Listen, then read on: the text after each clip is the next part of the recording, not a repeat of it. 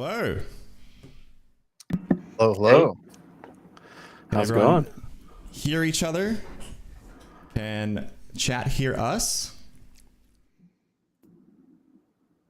I hear Sounds everyone good just on fine. Jimmy and I keep talking at the same time. Yeah. Oh, all right.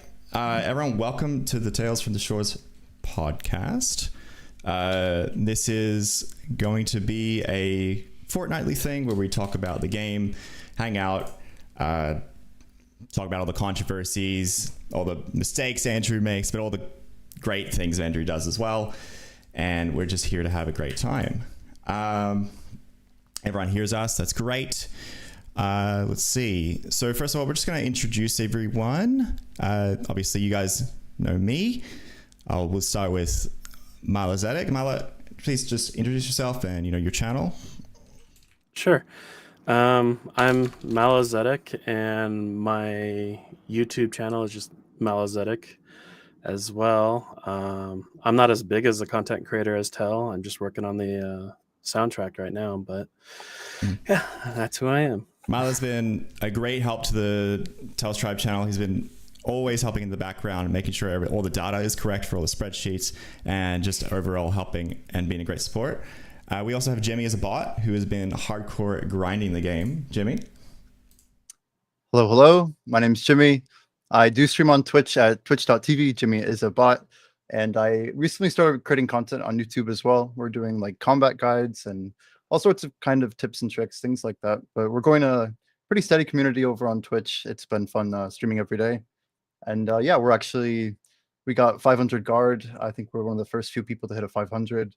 Been doing some fun races. So looking forward to joining the podcast. Right. And then there's me, which we obviously need to do a huge face reveal for everyone. Brace yourselves for Tell.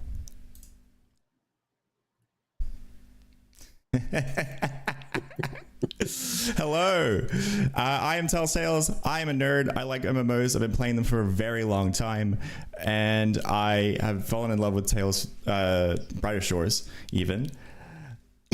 And it's been really good to get into the game and just be a huge help to the community to help everyone and enjoy the game and create guides and stuff like that. And that's what I do.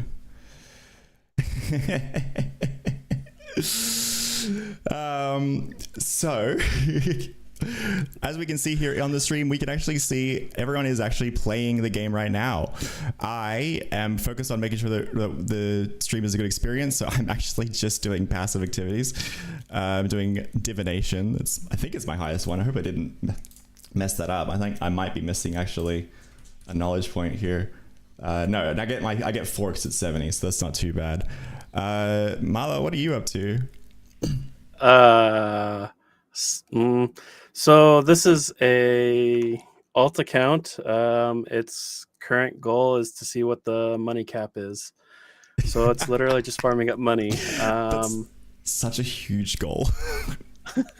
Well, one of the reasons is because I'm multiboxing, but I'll cover that later. Oh my God, that's naughty. Yes and no. And Jimmy? Just doing some alchemy. I'm actually pushing towards rank 1 Hopeport. That's like our latest goal. So doing some life skilling. Yeah. Oh, okay. So yeah, I saw that you went straight from God and then dove into alchemy and all that already. Yeah, I've been doing like today I've gotten 45 levels spread across forage, alchemy, fishing, and cooking. And we're still going. So it should be a fun day. Oh my God. And you came, I think you got guard number 2, but yes, you use a different strategy. You think that'll help you push for port number 1? Yeah, I out of like the first people, I kind of knew that I wasn't going to win the race based on like a time commitment and some other factors.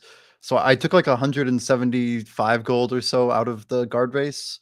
It's not a huge edge, but it's a little bit of money at least to get everything started. I got all my tools straight to like level 25, some of them further, but yeah, I'm going to try and do something a little different with alchemy. I think, I know like Sand Halos, like there's some really interesting people just hit like 500 merchant. They'll be doing some interesting strategies. So just trying to do what I can, yeah, with what I've got here. So fun stuff.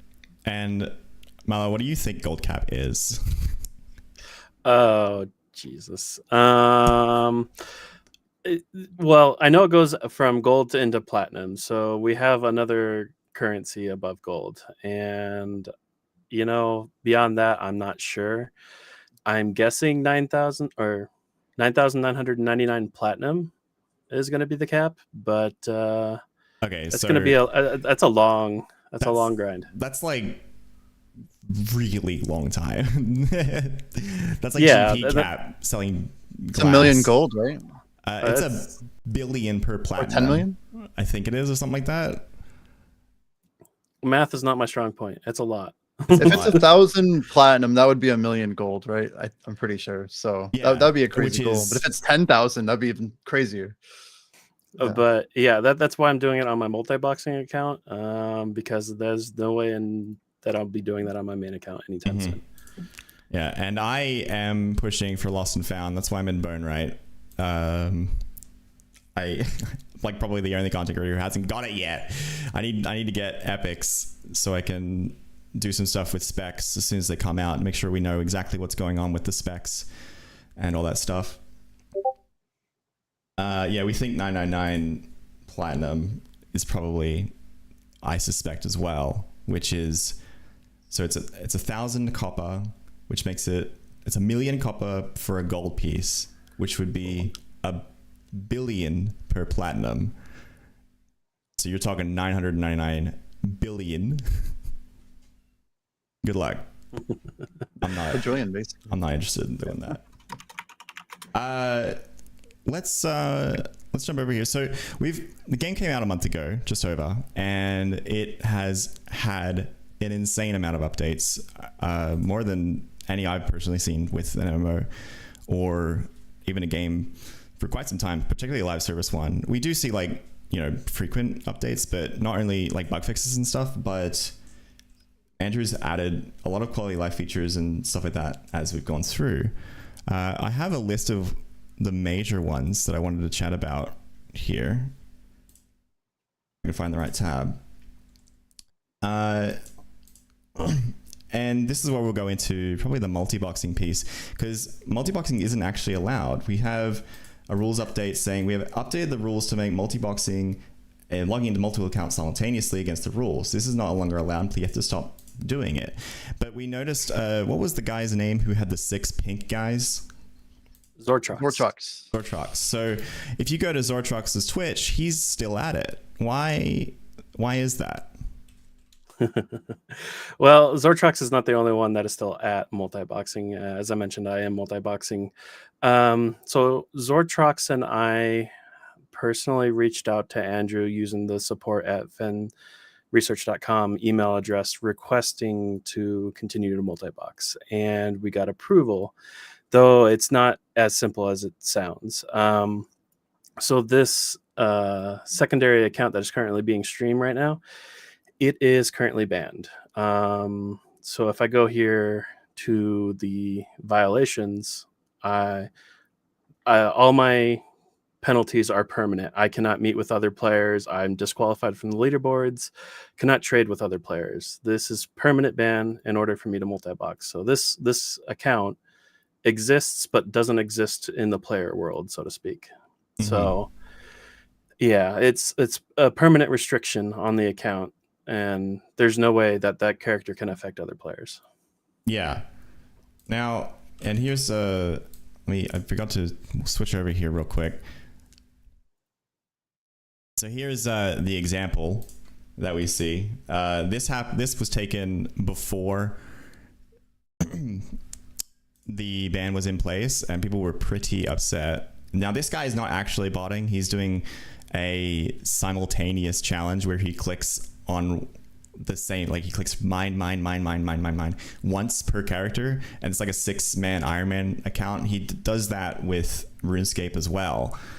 I thought it was an interesting little challenge, but he was pretty upset when Andrew said no. But Andrew's always been against these kinds of stuff. So I find it interesting that if you reach out to him personally, he's like, okay, we can make an exception. Yeah, I'll add there, if I can interject real quick. One of the things that, like when RuneScape came out, I remember playing Classic as like a kid. Like the game was like more largely against the idea of multi-clienting, but like people were still drop trading. They were trying to find workarounds. But I think one thing that maybe Andrew's observing is this tendency of allowing multi-clienting more over time. Like RuneScape became more lenient about it. So I think they're showing that they're more willing to maybe navigate the problem in a more modern way, right? Which seems like a good take, I think.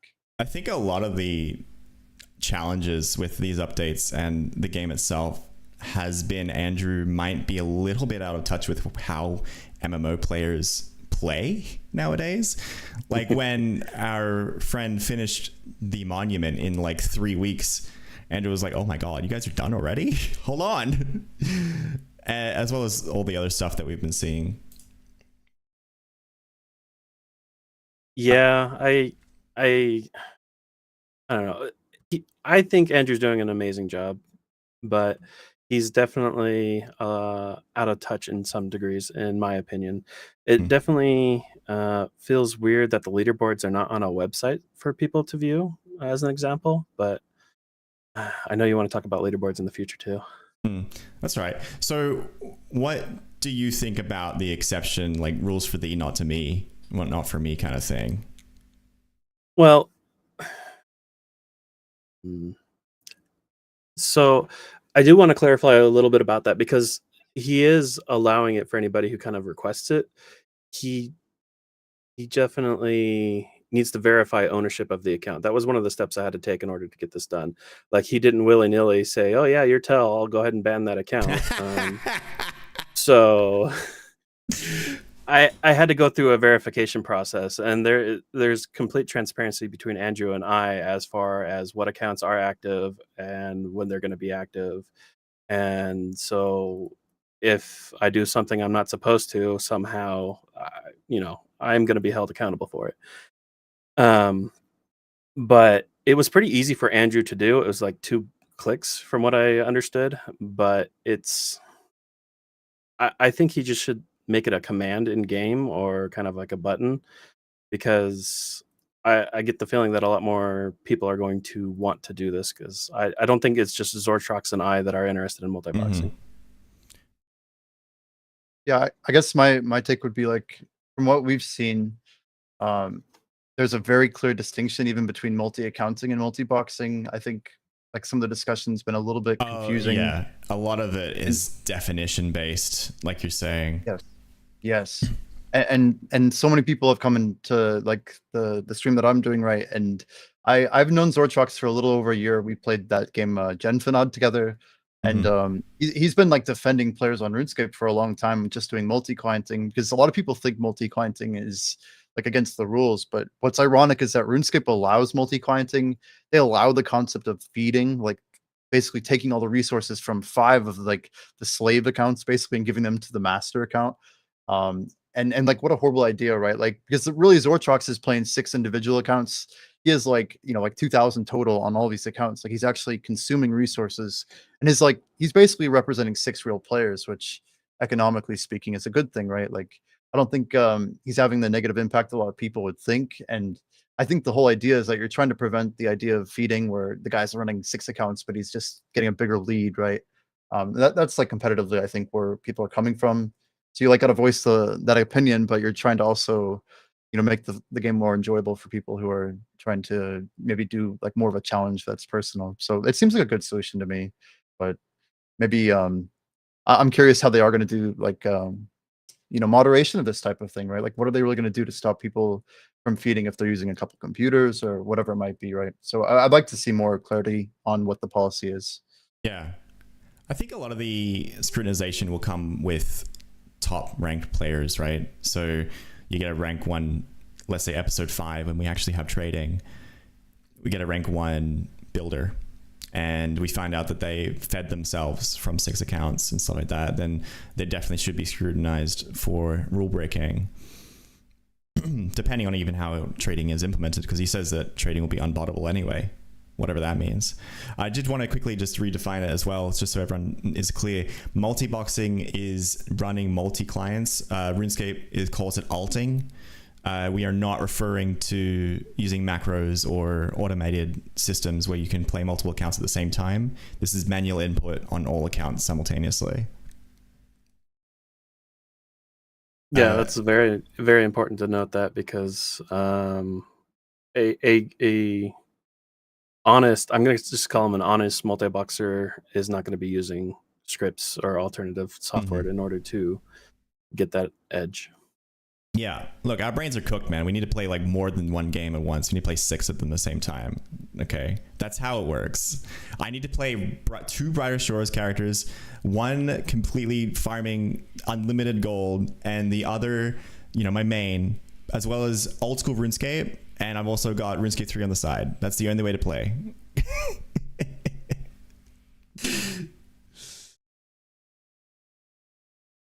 Okay. And there's no rule against it, There's no rule against going crazy.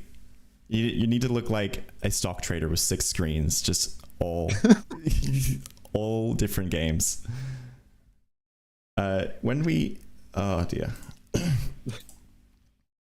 We did have other updates in this as well. We had the addition of hotkeys, which got a little bit overshadowed, which is great because a lot of these updates you'll find that there's a correlated either Reddit post or inside the Discord communities requests for it.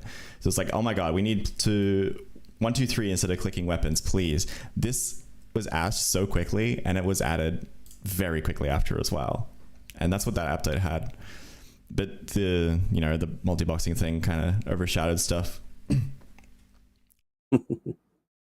I gotta admit that hotkey for combat has made combat feel so much smoother. Just to be able to press 1, 2, or 3. Forget that it exists, so I still use clicking. But I'm terribly inefficient. Don't watch my guides. Yeah, like it's crazy. Like I think I submitted maybe 22 points on like the second day the game came out, and this was like number 3 on my list. And I'm just kind of baffled. I think like 16 of like the 20 something points I've put have like all been literally updated. So like clearly a lot of people have the same ideas. And I was like level 400 when this update actually came out, but I'm like, heck, that's 100 awesome levels for the race, Still helpful. It's a good update.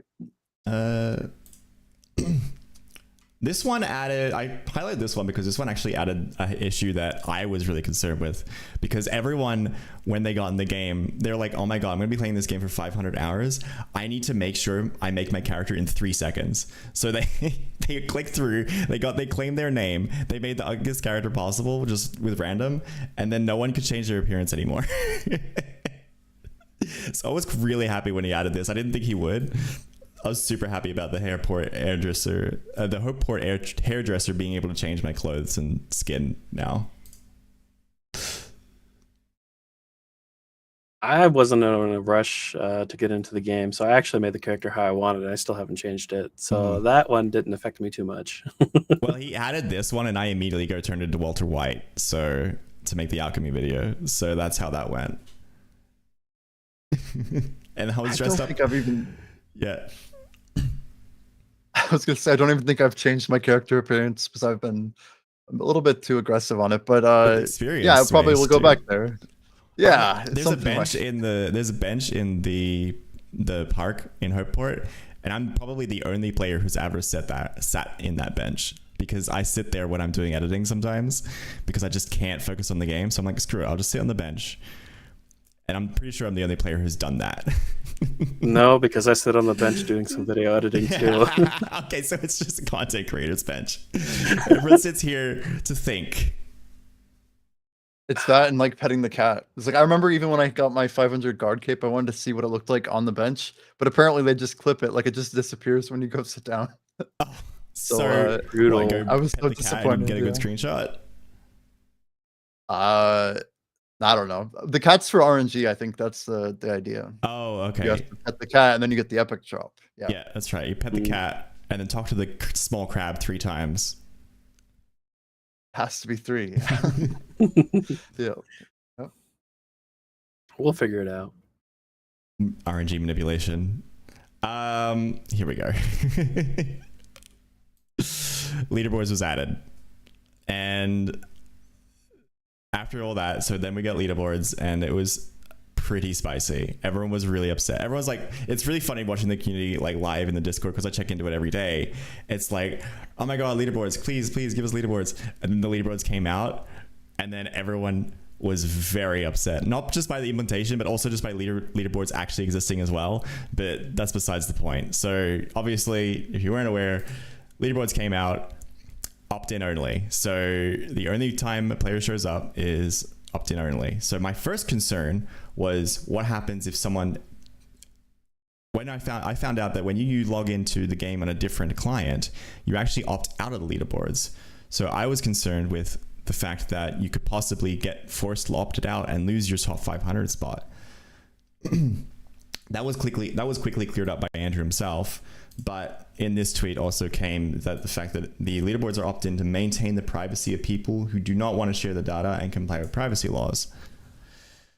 That's really controversial, but let's, what do you guys think so far? Go ahead, Jimmy. I have a lot of thoughts. You want to start with this one? Or? I'll come after. You're Jimmy, you start. You're leaderboard racing, so you got the biggest. Mala just talk about multiboxing since he actually does it. So how do you go? What's your rank in Hopeport? Let's start with that. I've climbed up to like top 10. I'm not really sure. I'm kind of moving a lot lately, and there's like at least 2 or 3 people we know that are like basically opted out. So I don't want to say like, oh, I'm like rank 3 or 5 or whatever, but I'm trying to get to like top 5 by the end of the month. We're expecting the race to be done by like probably end of March. There's 5 different skills, so it's a long time. But yeah, I've been checking the leaderboards pretty much every day. And I remember like when this feature hit, like if you went to Reddit, if you like read like the top 10 posts, like 9 of them were all about leaderboards, basically saying the same thing. Yes, I have those I think here, like, actually. Leaderboards should not the general be sentiment, and leaderboards promote unsportsmanlike behavior at the top ones right, that I found. It seemed like there was like this overwhelming sentiment of negativity, and I think a lot of people attack that sentiment, so it creates like this idea that like people aren't grateful for the leaderboards. But I think the overwhelming feeling is that we're very happy that they exist. It's just it seems like a pretty fatal flaw to at least not put like an anonymous placeholder or something to the effect of just showing like what the actual competition is.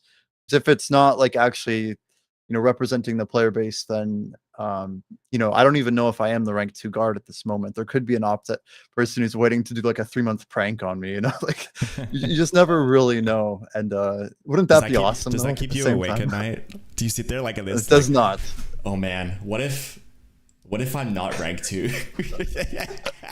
Yeah, I can confirm it doesn't matter.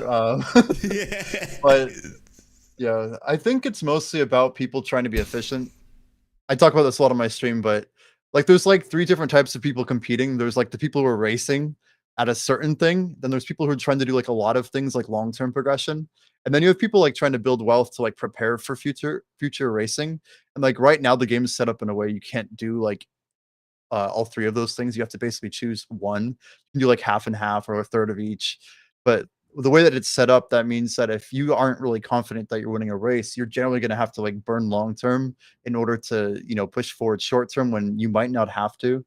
And it might be by design, right? It's kind of like one of those things we just have to kind of go with. And personally, I'm more holding my reservations for when like trading comes out and we learn about the economy and more of like what the implications of these things are. But it is very controversial, I think, and a lot of people really want that at least cleared up. Mm-hmm. Yeah, Jimmy's done a good job explaining all that, and I agree with a lot of his points. I am actually leaderboard chasing, but I am opt out. So if people know, people know. But I don't think I'm going to get first place in what I'm doing either. I know somebody else who's ahead of me by 50 levels who occasionally opts in to check, but I do know that if I were to opt in right now, it would say I'm number 1. But I find it interesting that the leaderboards are limited to the in-game client only as well. Like we can't go to a website to see the people who are opted in.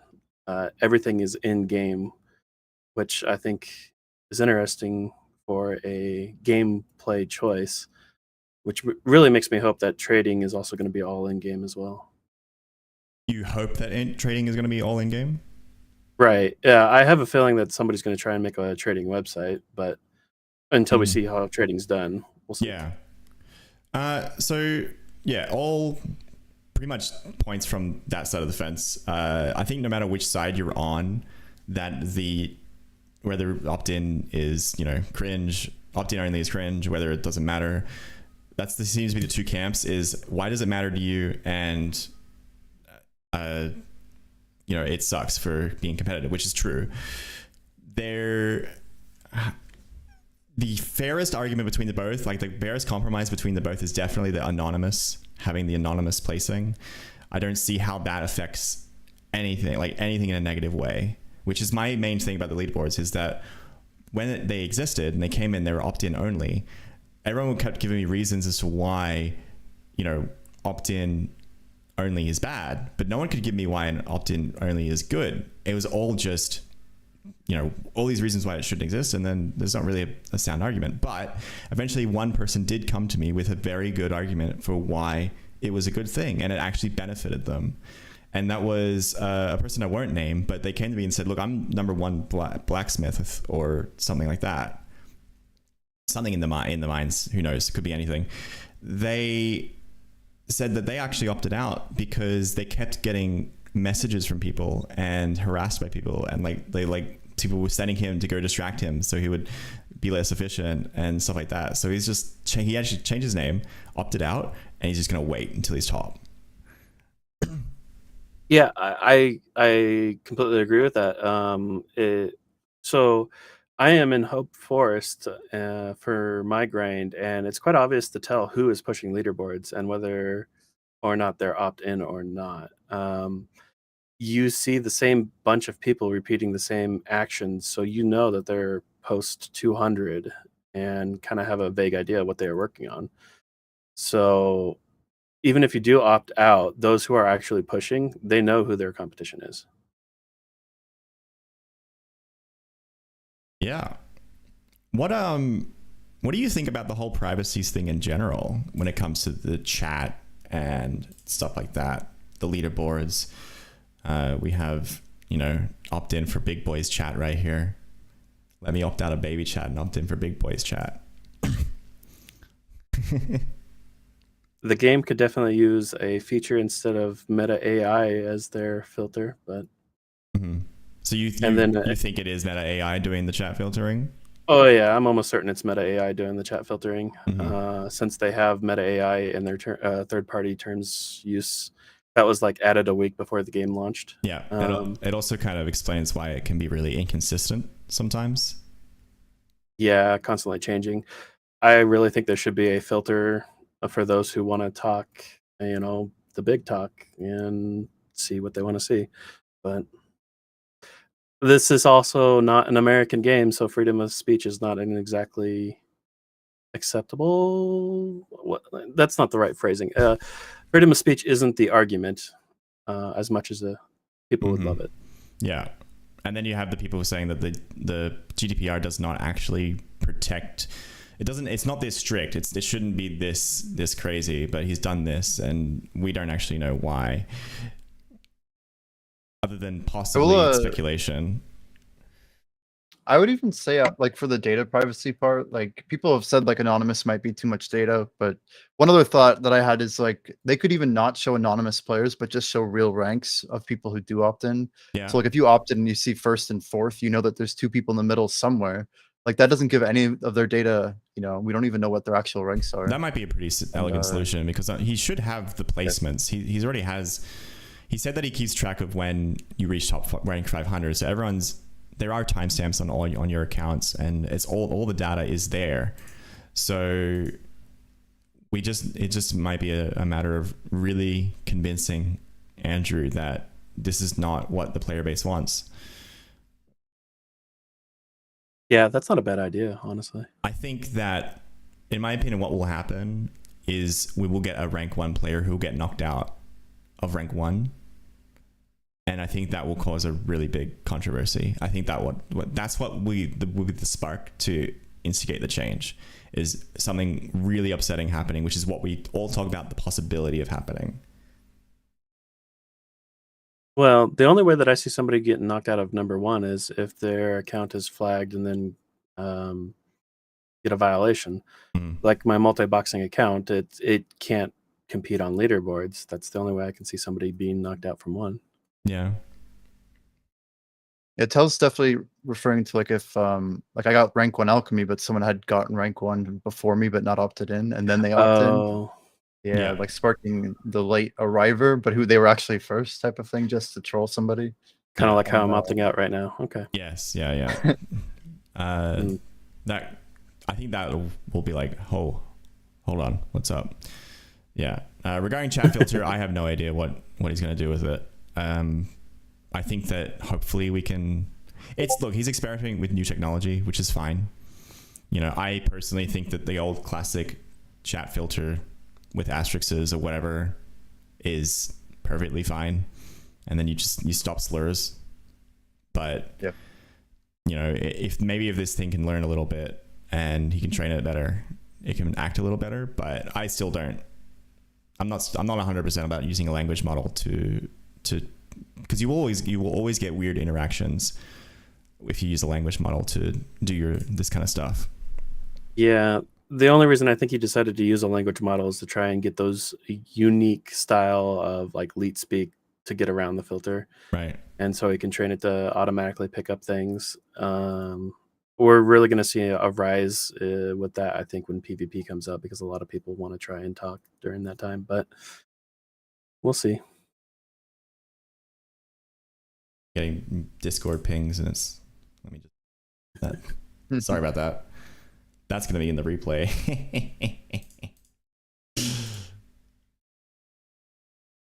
Okay. What happens when you're popular, Tell? Yeah. Okay. What else we got here? That was the big one. I think that we've said all that has been said. I think there's 2 camps to it, and I think that for the most part, the competitive camp, it's weird. You don't want to just, you're 10,000, so your argument doesn't matter. I think everyone should have their arguments heard. And I think that privacy should be allowed, but I think what Jimmy said, showing true rank, is a really good way to put it. I just don't see any other fix. It can't stay the way it is. It's not people are going to be upset with it. Every episode is going to be a new conversation. Every single new top 500 is going to be the same thing. This person's opting out. This person's opting in. And it's just going to be over and over and over again.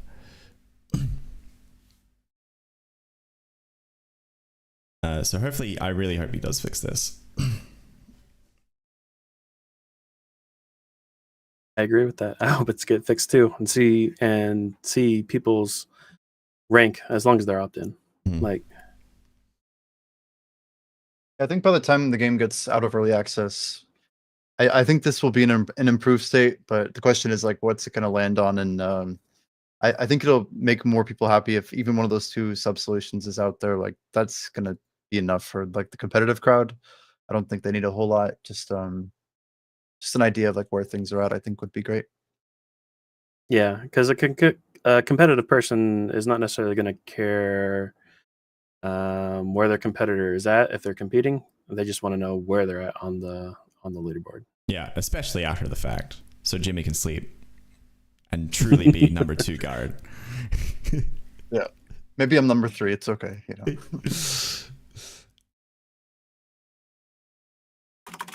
We had another nice quality update here after the leaderboards one, which kind of got buried, but automatically switching from ranged to melee was a really nice one, and another example of someone posted an update saying, hey, we need this.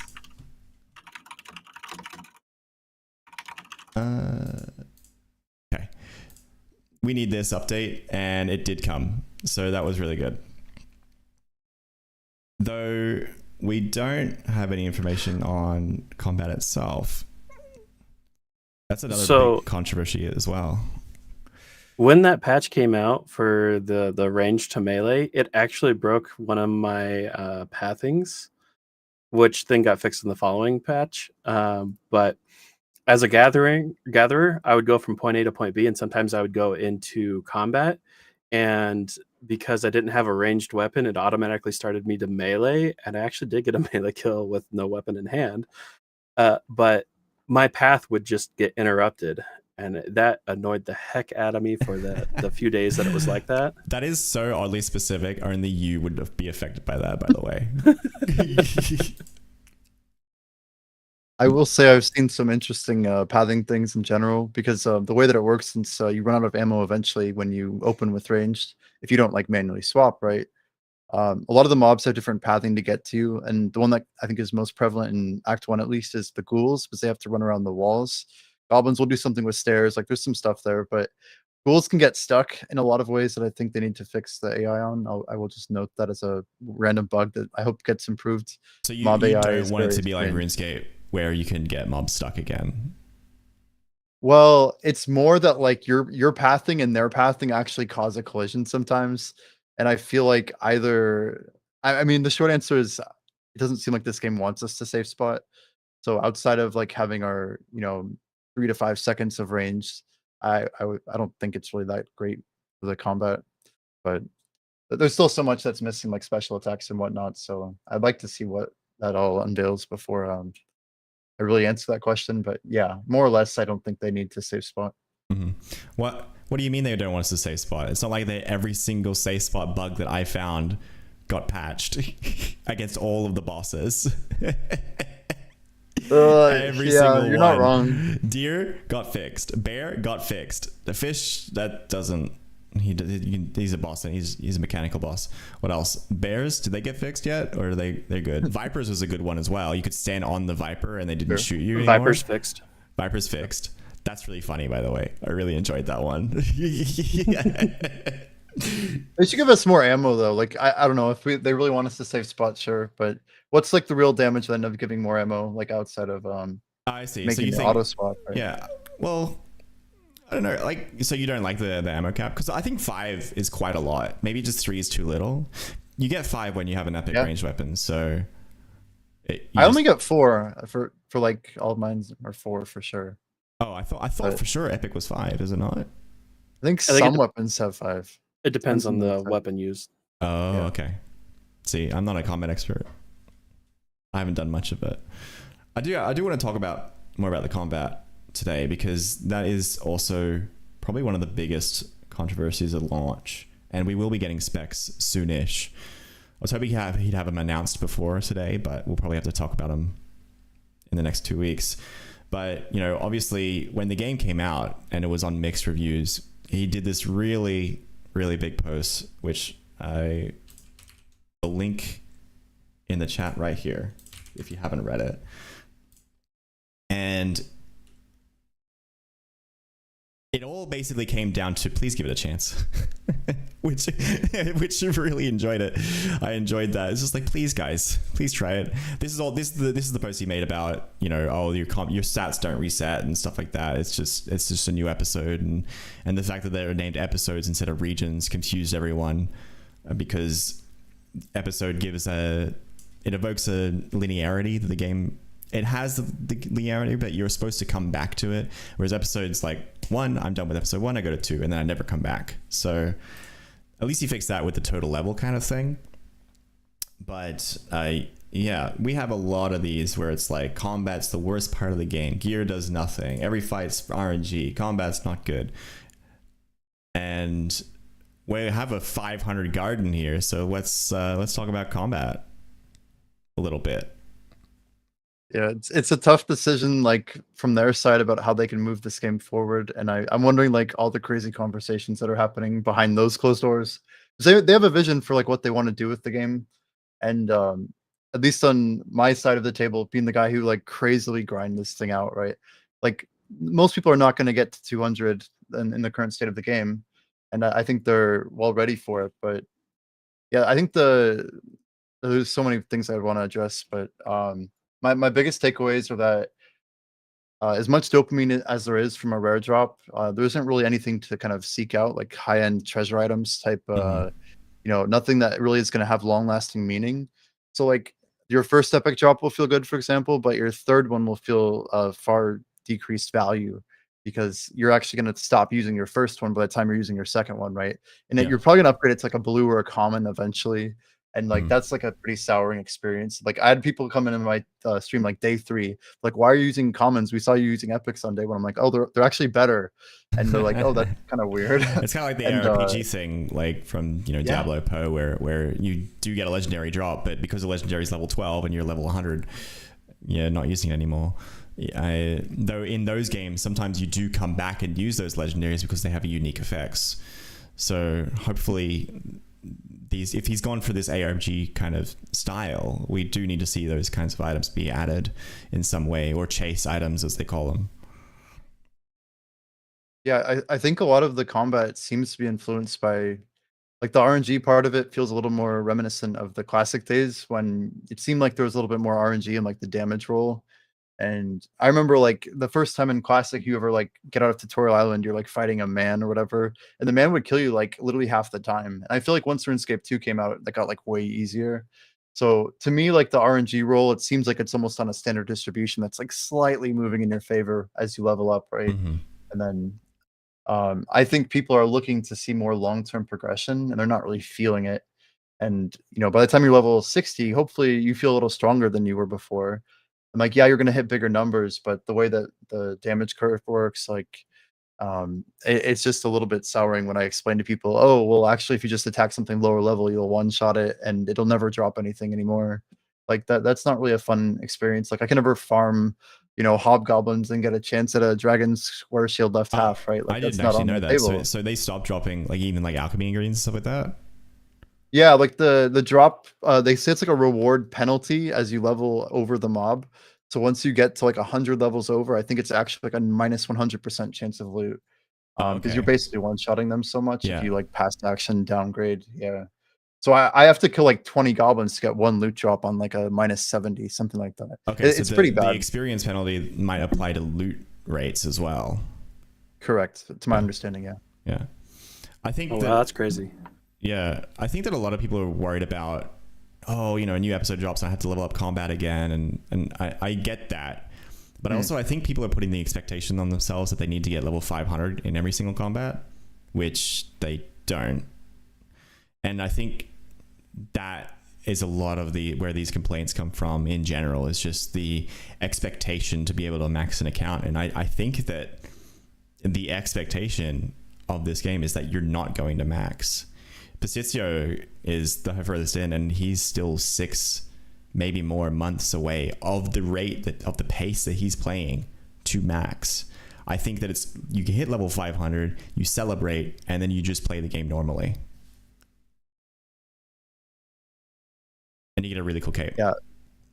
There's definitely continuity issues. Like, I think a lot of people are talking about combat. They mentioned like the HP reset is a pretty big one. The fact that every time that you're leveling, like your gear is kind of difficult. Like one of my thoughts on day 1 was how cool would it be if you go to your armor, on like your equipped armor page, and you could actually just choose episodes and like a sub menu on there, and you could actually just equip equipment for each episode, like basically like a region locked gear set, right? That's like not necessarily part of the quartermaster, but something you could be swapping in and out of pretty easily. So not the auto system in place. You just want like actual loadouts, or yeah, like more accessible, so that like if you go to the armory, I don't know why they don't just show you like, okay, this is like episode 1 damage or whatever. But I think, yeah, people pushing combat levels between different episodes, it doesn't make a lot of sense, like logically, why you don't have any sort of skill growing from those episodes. And I guess from like a larger game perspective, it's not super clear why we even have different combat professions. Like, they're not different, right? And most of the other episodes are showing like even different skills, maybe outside of like gather forage, but there's usually some fundamental differences to how the skills work. Even if they're kind of reskinned, but right now combat is basically not reskinned at all. It's just different. Different name. Yeah, like Gather and Forage is focused on loops. Gather is focused on loops, where you run around and you sometimes gather stuff, and then you gather, trees and stuff in the loop. Whereas foraging feels like you're foraging for stuff, which I quite actually like that difference. But if Even in my pre-release videos, I sniped that this game's going to have 4 combat professions and they're going to be all exactly the same. But I even said, I really hope there's some kind of difference between them. Otherwise it's going to get stale and people aren't going to like it. And I think even if it might be difficult, but if we can get different armor sets or unique armor sets from each region, unique weapons for each region, just to go with the theme of the region, if in any way, I know that's a lot of work, but I think it does need a lot of work. Otherwise all the new players are going to be bouncing off it. Like, why do I need to level up Scout again? Well, it's the same thing. I'm just clicking on enemies. Give me a reason for it. Yeah, that's a very valid point. Considering that Andrew had mentioned that he's working on a transmog system right now. Yeah. So we know that we will be able to change our appearances in some form or another. And the capes are also an example where it's different per each episode. So having a weapon armor set per episode would definitely help out with that. Yeah. I think glamour is a really good incentive, or glamour, transmog, cosmetics, whatever you want to call them. I think it's a great incentive. And I think even just as little as that can be the difference, because I don't think the cape is enough to sway people. Yeah, I think itemization in RuneScape is honestly one of the strongest components of the whole game, considering they don't go the MTX route of giving away what appearances, right? So like when you saw someone wearing like a dragon chain body, you know that like they either killed the Calphite Queen or did a ton of farming or whatever, like before, Dust Devils and all that. Like there was like certain elitist or like at least recognition of like, oh man, that guy's on a different level than me. And like, Yeah. I was never that guy, right? Like that's my perspective on history. It was always seeing someone else who did some crazy achievement. And I think one thing I take away from this game is that every hammer mage that's level 300 looks the exact same as like every other hammer mage that's level 300. Like there's literally 2 different gear brackets, right? That's basically it. Yeah. And I guess yeah. Go ahead. I think that I actually don't mind the combat. I do enjoy it, but I definitely think that we need to get some kind of at least visual difference. I think a lot of people who get bounced off it would be happy if there's at least a visual difference in the episodes and their regions. It sounds like it might be hard, but a lot of people like the guard aesthetic that you get inside Hopeport before you start outscaling and getting faction gear. It's Yeah. probably more reminiscent to RuneScape, right? Like people like looking like a guard. It's kind of like a familiar feeling, I think, and that's probably tying in quite a bit. But yeah, sorry, I didn't mean to cut you off, Mallow. No, it's all good. I definitely enjoyed the guard until I hit level 50, and then I was forced to change it. For those who don't know it, at level 50 guard, you have to go pick a faction before you can continue your level. Yeah. It's just because there are no guard only drops past 50. They are faction only drops.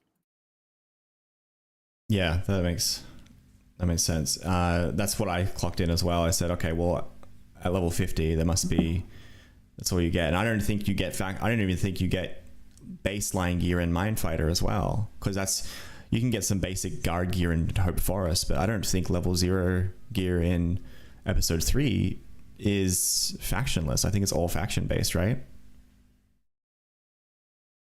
To the best of my knowledge, yeah. Yeah. Yeah, I have like some untuned guard equipment that I think I've tuned to episode 3, so that's like one exception. But other than that, I think you're right. Now that actually you mentioned it as well, because you said that you can't get drops anymore. If I leveled my guard to 100, and even they did a transmog system, I would no longer be able to get guard gear on my account. I think outside of the first 2 episodes. Yeah, I think so. That's what's going to be trading. That's what's going to be expensive on player trading. Guard gear. Calling it garden gear. Take little weird get rich quick tip is take your level 5 gear and go sell it to level 3000s. Don't ask why, but they pay a lot for it. Yeah, it's ironic you say that. It was like right now I'm missing like most of the guard set, but it looks like really sick with the cape, right? I mean, ironically, it's like the same colors, like the guard chest is like, that like with the cool like insignia or whatever. So it's it's definitely a thing, and yeah, we'll see when trading comes out. People will make like new accounts, and if they ever changed it, then yeah, it might get discontinued. That'd be sick. Well, you have alts. You Yeah. got 2 other alts. Oh yeah, we don't even know if they're gonna trade each other.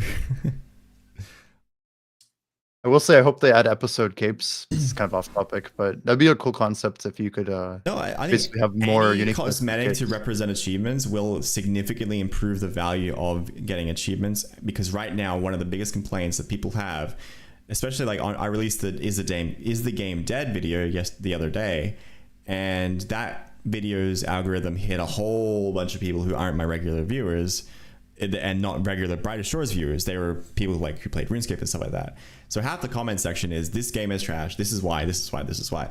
And it's pretty hostile, but if you read between the lines and you take the feedback on the chin, a lot of it is there is no point to leveling. So yeah, you get a cape, but it's not good enough. So any kind of ways they can add reward for leveling up is going to be important.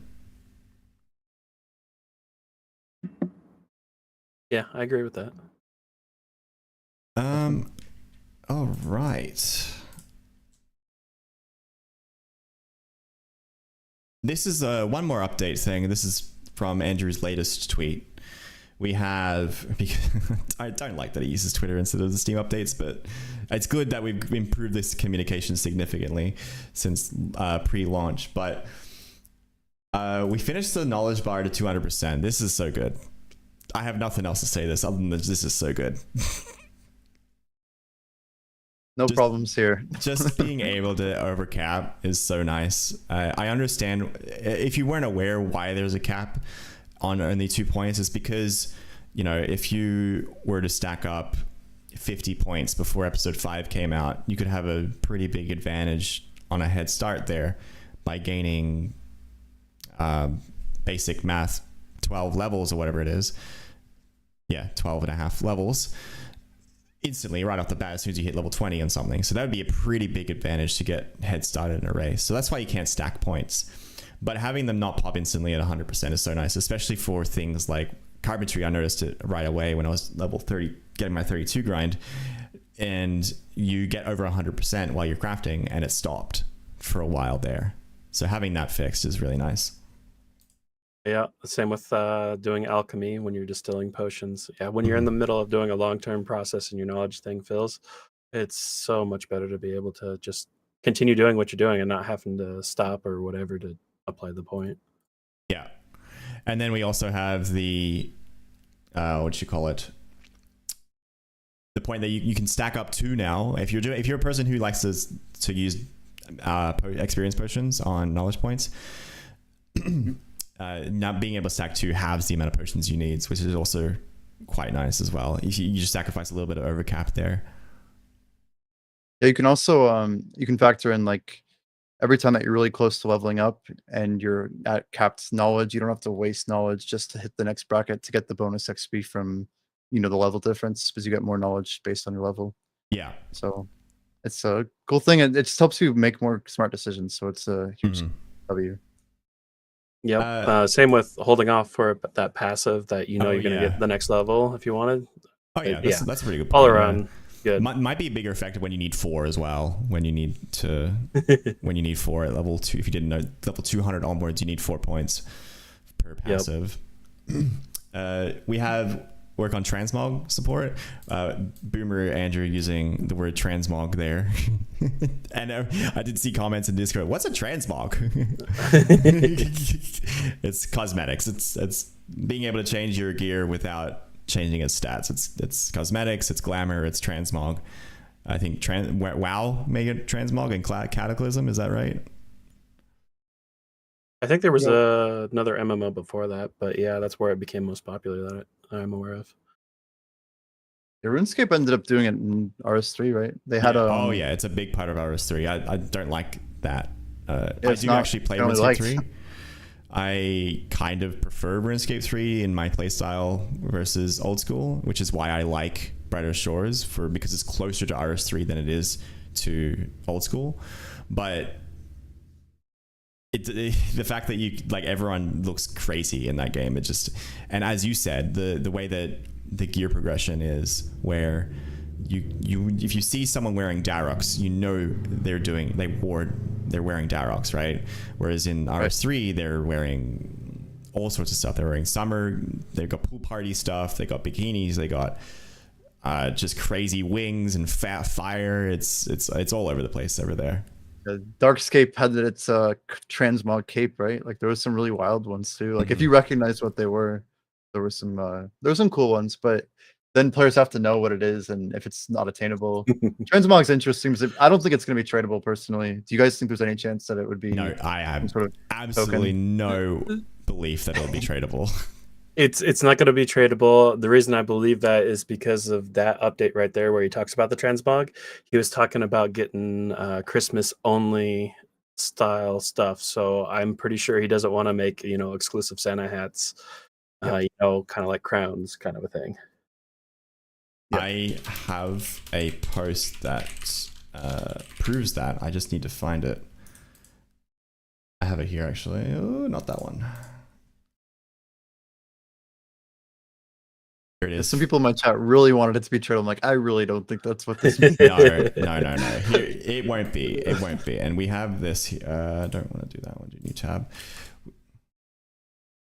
So happy Easter from 2003 on RuneScape.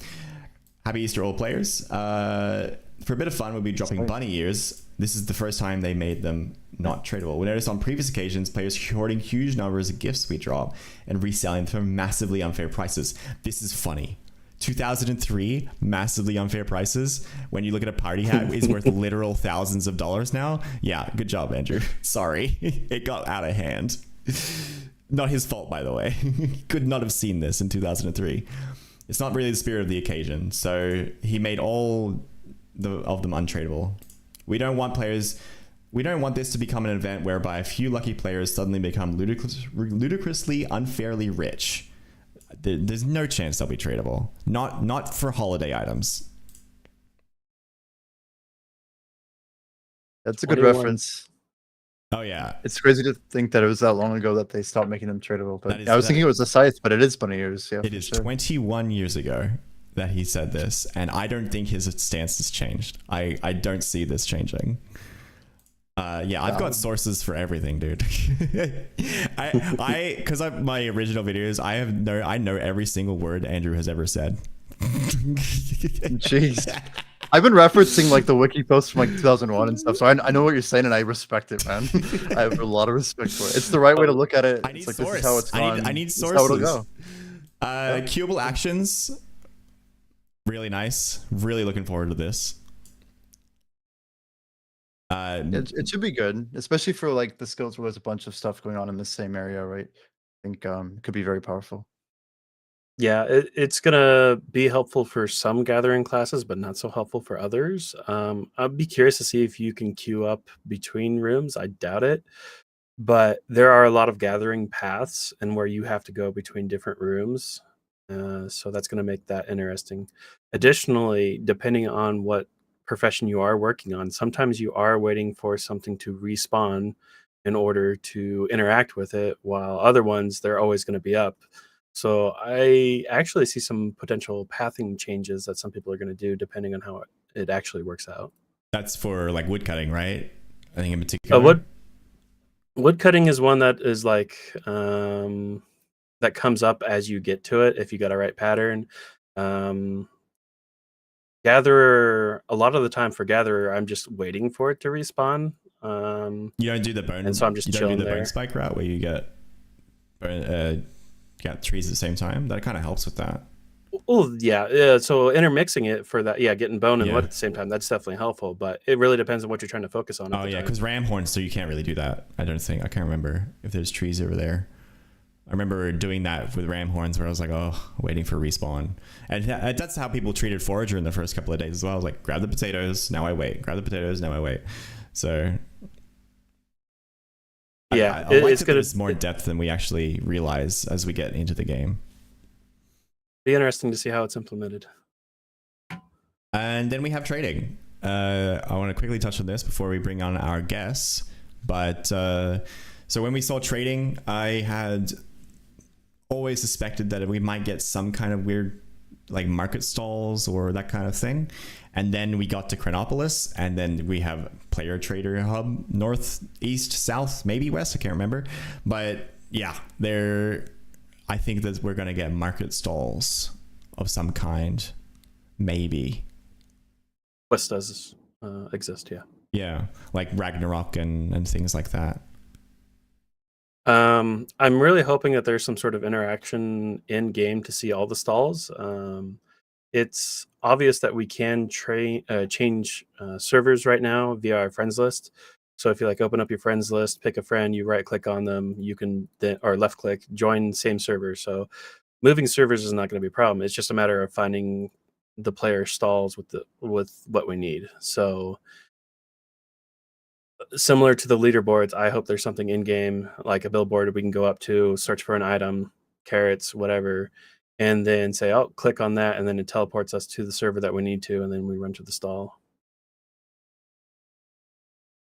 But yeah, it'll be interesting to see exactly how he wants to do that. Yeah, I'm most curious about like bulk. I talked a lot on my stream about this, but if they allow us to trade, like there's basically different categories of items that we expect are like more likely than others. Like I feel like most people expect at least to have, like, for example, like a made potion is like one of the most likely things.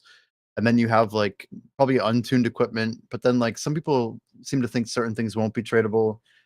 Tuned equipment is probably one of the most likely things we think might not be tradable, right? If it's already been tuned, maybe that would just cause some like massive, gear inflation issues where everyone just has epics all the time. Yeah, type of thing. that makes sense to me. Is when you tune it, you also bind it to yourself. Yeah, I agree with that. And from an economic like standpoint, we can see that he's put a lot of thought into the economy based on the way that you have your tier items. Where your tier 1s are really cheap, and then your tier 5s are like, oh my god, 30 silver a pop. And then you have things like the epics lost and found rewards, where it's going to be incentivizing setting up a trading network, basically, of having, hey, I need to buy this epic and this rare and this rare so I can make my epic, which I think is really cool. Which might be why having souls won't be so bad, because it's not like this, you don't need to look for all these different types of resources. You just need, I need this kind of rare and stuff like that. But yeah, we'll probably need some kind of overall thing. I think that rifts will be involved, because obviously it's not feasible to trade 24 items at a time at all. We need some kind of rift transfer from one player's bank to another, at least, if not noding and stuff like that. Yeah, there's definitely going to need to be something for bulk, specifically for the gatherers, because there are definitely people out there who just love to gather stuff, myself included. And so enable, some way to sell 1,000 logs. There's something needs to exist for it. What it is, there's a word for that. I think we call them hoarders. Hey. Don't look at my bank. Oh my god. I think also just slightly related as well, I think being able to sell in bulk to a vendor would be nice, especially as we accrue resources that we can't even really use anymore. Like I've got like 500 or whatever brown kelp I'm never going to use in the rest of my game's life. So yep. I've been like doing this running thing where you bring 24 and then sell them and then buy 24, like, yeah. Someone mentioned that in my Discord. I was like, oh my god, I never thought of that. What? How did I never think of that? I think if they deal with bulk correctly, like then it makes the market much more interesting. Like I'm coming from Black Desert Online before this game. They had like an open market with like an exchange, but it was technically all like you had to basically go through the same pipe that everyone else had to go through. So you couldn't like give your friend a deal. Yeah. But you would basically see like real-time price movement for things. Mm-hmm. But like we're basically stuck between vendor buy and vendor sell, right? Yeah. Like that's our market window. But if we have bulk to the equation, maybe we can get beyond that. So that could be good for the economy. I'd say like the freer it is, the better it'll be. Yeah. Personally. I also, one thing I've been saying as well, I don't think we're going to get a right-click trade. I really don't think that is going to be the case. Unfortunately, and I think that's going to make a lot of people upset. So do you think there's two reasons I might disagree with that? One is so P2P in this tweet or X post, whatever, It's clearly saying that's for like pay to play, right? Some people have said, is there any chance that's Yes. peer to peer or player to player? But I think this is pay to play. Oh, no, sorry. This P2P, player to player trading. This is player to player, not pay to play. Player to player, yeah. However, obviously we have in the brightestshores.com website. yeah, that's US, right? It's either a reference. So I was going to say it's likely player to player, because if you take a look at the notice pop up when you unlock trading, it says player to player trading. Yeah, and then he keeps calling it player to trader here as well. Now this has a little market soul on it. I don't think this is the merchant icon. This is the merchant icon, but I don't think he's referring to the merchant skill. I think he's referring to market stalls as well. And so the reason I don't think there's going to be right-click trading is because it's all isolated in episode 4. I don't know. Maybe we get right-click trading if you're in the market areas. But what I'm getting at is you will not be able to just trade someone who is new to the game stuff. They will have to get to episode 4 first at minimum, which will upset people, I think. It'll be interesting because the phrasing as well, when you unlock trading, it says freely trade. So it almost sounds like there might be a limitation before that. And that might just be getting to episode 4. I don't know. But I thought it was interesting that he used the word freely in that. So as someone who's not got to that part of the main story quest, and somehow has a 500, I've never actually seen that. So that's like part of the game dialogue, because it says freely trade. Yeah, it's part of the quest. Yeah. Very interesting. Very interesting. Yeah. I think that would generally mean that either, it's like restricted in some manner before, like maybe there is like a balanced trade or something, but I just keep getting the feeling that there's a pretty solid chance that there is right-click trade, but maybe you're right about it being like geo-locked to that area. Yeah. Then maybe there's like some storages there or something, right? Yeah. I hope he doesn't make the same mistake with the value balance trading, because I remember that update when I was a teenager, and that was a pretty controversial one. And then the removal of the wilderness. Oh, yeah. So January 2008. Everyone remembers it. Like, it was bad, man. Everyone quit. I quit. I don't know anybody who stayed. Like, that was what happened. Yeah. So we'll take a quick break here, and up next we have a couple. We have a couple of guests who are from for a World First series. So we have a World First Fisher, a World First Watch Person, and the World First Monument coming up. So just give us a couple of minutes here to take a break, get them set up, and then we'll get going.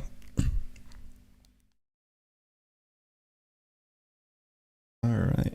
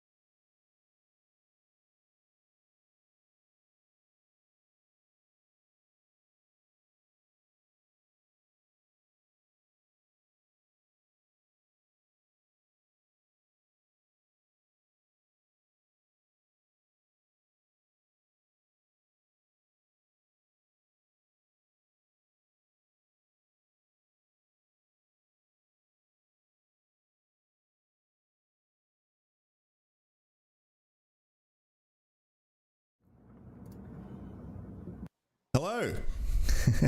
Real quick one. We have Bidoof. Bidoof is the world first 500 watch person. Watchwoman, I think you had a female character. Watchwoman, yeah. It's called Watchwoman if you're a female. Yeah, and I wanted to have a chat about that grind. Yeah, really interested in the lengths it takes to do that. But first of all, why Watchwoman first? Well, I was like thinking I wanted a combat grind, So there's only really 4 professions out, right? And then I was thinking about it, and then I got to chapter 4. I still haven't thought which profession I'm going for yet. But then I finally got to chapter 4, and then I saw the design of it. I just had to go for it. Oh, you just saw the That was cape. pretty So you're much like, it. I love Yep. the cape. I'm going for the cape. Well, not really the cape, but the icon on the profession list. Oh, It okay. was like a it was like a dragon. It was black and white, and I was like, okay, I gotta go for that. Fair enough. I like that you hadn't locked in which one. Like you didn't just go out the gate and you're like, I'm gonna get 400, like 500 Watchmen. No, I'm no, just like, yeah. I'm gonna get 500. Like, did you even realize? Did you think you were gonna go for a 500 combat in general, or a 500 at all, or did you just see it and like, I want that? Yeah, like I initially didn't I didn't like know about this game actually until like a week or two before the release of the game. Yeah, a friend like let me know about it, and I was like, "Oh, this looks awesome. I'll try a little bit." So like, I didn't even know any of the professions. I just went in kind of blind, and then yeah, I went to chapter 4, and then I was thinking about it. I was like, "All right, I think I'm almost done with all the content. What else can I do before I like head off here? You know, to wait for more content." And then I was thinking about it. I was like, "You know what? Before I go AFK, I'm just gonna go 500." Just real 501 quick. profession. Just real quick. Yeah. Quick 500. Yeah, well, initially I thought it was gonna be fast. I didn't know anything about the Oh, yeah. XP spikes. Yeah. Yep, I thought it was. Well, I mean, the first one it was fine. I mean, 20. When you get to level 20, I'm it on spikes level up a little 100. bit. This is so easy, bro. Like I'm gonna be done in a week. Yep. And then I got to 200, and then I was like, wait a second, this doesn't feel right. But I'm like, but it's like you already committed so many hours. You're like, I might as well just keep going. So yeah, we soldiered through that. That's so funny because it sounds not like anything like Jimmy's grind for guard. Well, what do you mean? What happened with Jimmy? Oh, wait, hold on. We can't hear you, Jimmy. I wasn't talking. I'm just listening intently. Okay. I'm like, what did happen with my grind? Well, what do you think? Tal, what's your opinion? You think it doesn't sound the same? I think you went in hard, and I think that someone went in really, really hard, and you're like, oh well. And I think that you stepped into like episode 2 for a little bit, did maybe 32 carpeting or something like that, and then when you came back to do guard, because you weren't doing it 24/7 or 18/7, you just fell behind and got second.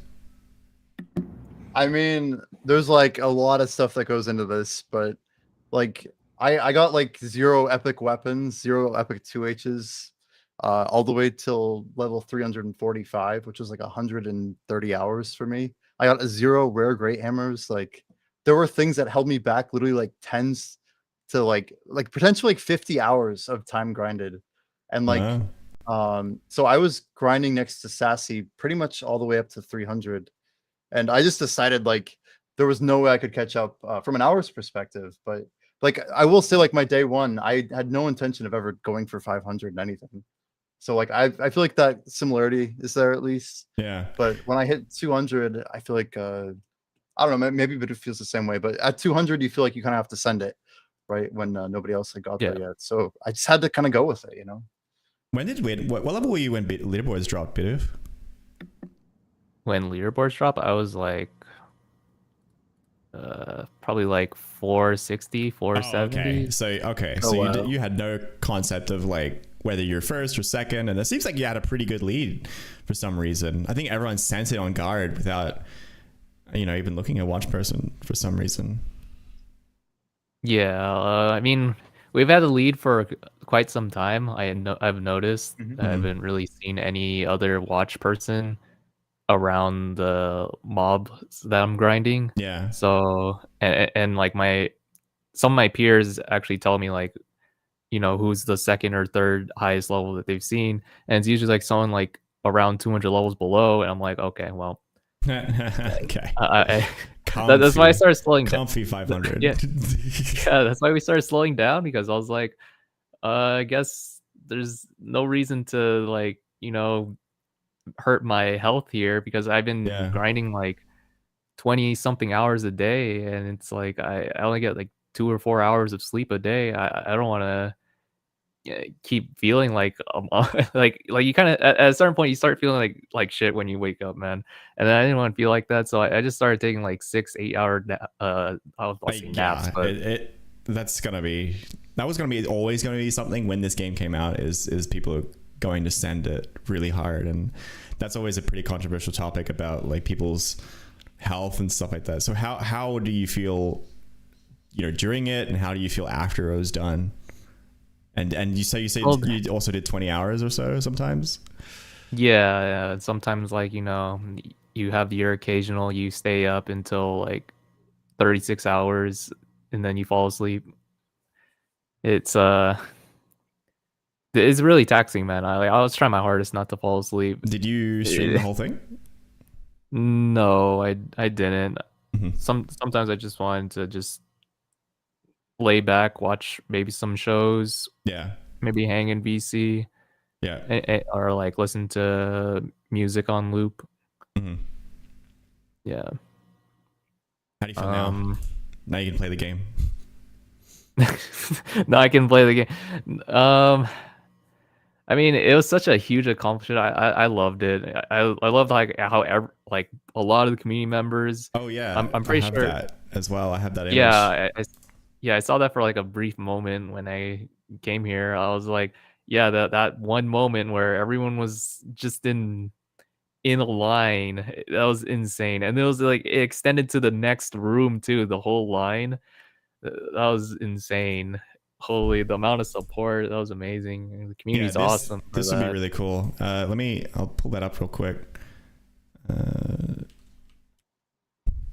I don't want to change slides here. Let's see.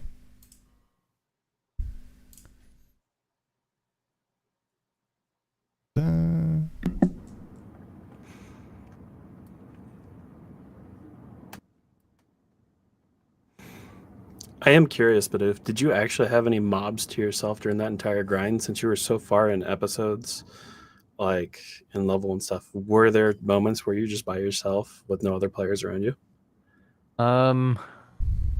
So for the first like few days it was fine, but then as people started pouring in, it started getting tougher and tougher. Mm-hmm. Like, you gotta understand, for Chronopolis, it's actually a lot harder when there's a lot of people in chapter 4. Like most of the grind spots there is only optimal for one person. So if you have like one other person that walks in, then you're kind of forced to just leave if they decide to stay. So we had some troubles at times, but then like sometimes during the nighttime, like PST, you would be in a ghost server where there's nobody there, no one else is joining, so and the server's not shutting down because you're still on it. So I'm just really so nice. like I'm a little paranoid. I didn't want people to just start crashing me. Mm-hmm. And so like I apologize if if you always see me offline, because I don't want anyone crashing, any potential people coming to my server, because opt-outer confirmed. Yeah. So like if I appear online, then other friends will see like, hey, wait a second, because a lot of my friends are combat grinders too, so they'll see me and then they go in the server and like, hey, wait a second, this is actually, there's nobody here, so they're just grinding. This is a great spot to grind. Yeah, I know. Get out. Then friends of their friends, or friend of their friends will join in, and then it just starts chain reaction, and then I might get crashed. So I go anonymous mode when I go into a ghost server. Mm-hmm. I have the image here. This is what the community came together, where so this is like a full line, right, of just people. there was like 60 or 70 people. But then the room is limited to 30 people each, so we had to split it up between 2 rooms. Is this the market? Yeah, this is the market. So the line went from the east market all the way to the end of the north market. I'm interested. I'm surprised that there was only a 30 limit in the market. I expected like 100. That sucks. Yeah. Unless you mean that do you mean the physical room, or do you mean like the line could only fit 30 people? And like the former, so only up to 30 people. I was surprised too. Yeah. I mean, I wanted to test that out. That's why I decided we'll throw the party there, because I wanted to see. I was just curious. We had a very similar issue in. You just missed World First Combat, but it was what was it? Is it Jimmy? He beat you. What was it again? Space Sassy. Sassy. Yeah, Sassy got World First Combat in general. I was there for that one. You did yours at like 2 a.m. my time, so I'm like, okay, congratulations, but I'm in bed. And yeah, we had the same problem. We had to run from the Cape shop all the way back to the middle town, and then even then we only had 30 people. It was a little bit awkward, so I think we'll need to improve that for this kind of stuff. That's part of the reason why I wanted to do this as well, so everyone can see what happened and how it was. I guess one more question. I guess, what are you gonna do next? What am I gonna do next? Yeah. Like, am I only allowed to just talk about Brighter Shores, or? No. Go ahead. Like, if you're gonna passive and go start playing PoE 2, that's fine, because. Yeah. I'm enjoying the heck out of PoE 2, guys. Oh, good. Like, I think that people don't need to recognize, and I'm a preacher of this, that the game is, you don't have to play it all the goddamn time. Take a break. Do some passives. Log out. Guys. I'll touch on a little story here. So I do read a lot in the Brighter Shores subreddit, and I also pay a little bit of attention to what my chat has been saying. And let me just say, people are making some rumors, man. I'm burnt out. Like the 500 was too much, so I'm not playing the game anymore. But then I've at the beginning of my journey, I literally told myself that, okay, I'm gonna take I'm gonna take the game way less seriously when I complete 500. I'm just gonna go AFK, because I kind of understand now, the game is still being developed. We don't have to really rush. So I think I'm predicting right now that as long as we're just AFKing at the bare minimum, all your skills, and just finishing those side quests slowly, you will be at endgame when endgame does fully develop. So that's my mindset at the moment. And yeah, that's what I said at the very beginning, and then I said it midway through every now and then in my streams. I'm gonna take a huge break, guys. I'm not gonna stream this. I'm not really gonna be as active as I once was after 500. Yeah. Of course. The game is really strong when you play it like that. I think it's at its best when you're not playing it like Pastizio is. But I mean, everyone has their different goals. Exactly. Exactly. As long as you're having fun doing that. I just mean for an average player, right? Just play it now and again, log in, get some free dopamine from passives, do some more quests. Oh, I finished all the quests. I finished all the content. Read, there's no content. No, you finished all the content. Come back. Play something else. It's all good. Yeah, you're not bounded to one game. And yeah, I'm not burnt out or anything. I just did my goal, guys. I did not burn out if I did my goal already. That I was gonna do, right? And then now I'm doing the next thing I said I was gonna do, which is AFK, progress, and make it to end game. It's not burning out. Yeah, just wanted that's good. Just wanted to get that out there to you guys. Perfect. Well, thanks for coming on stream, and good luck with stuff that isn't Brighter Shores. But we'll see you around in game.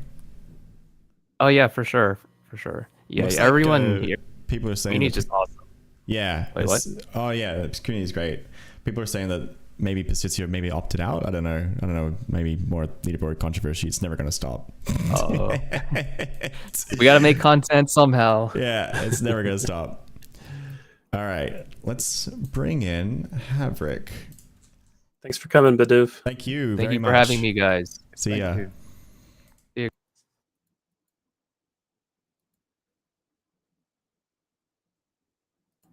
Oh, I need to get rid of that.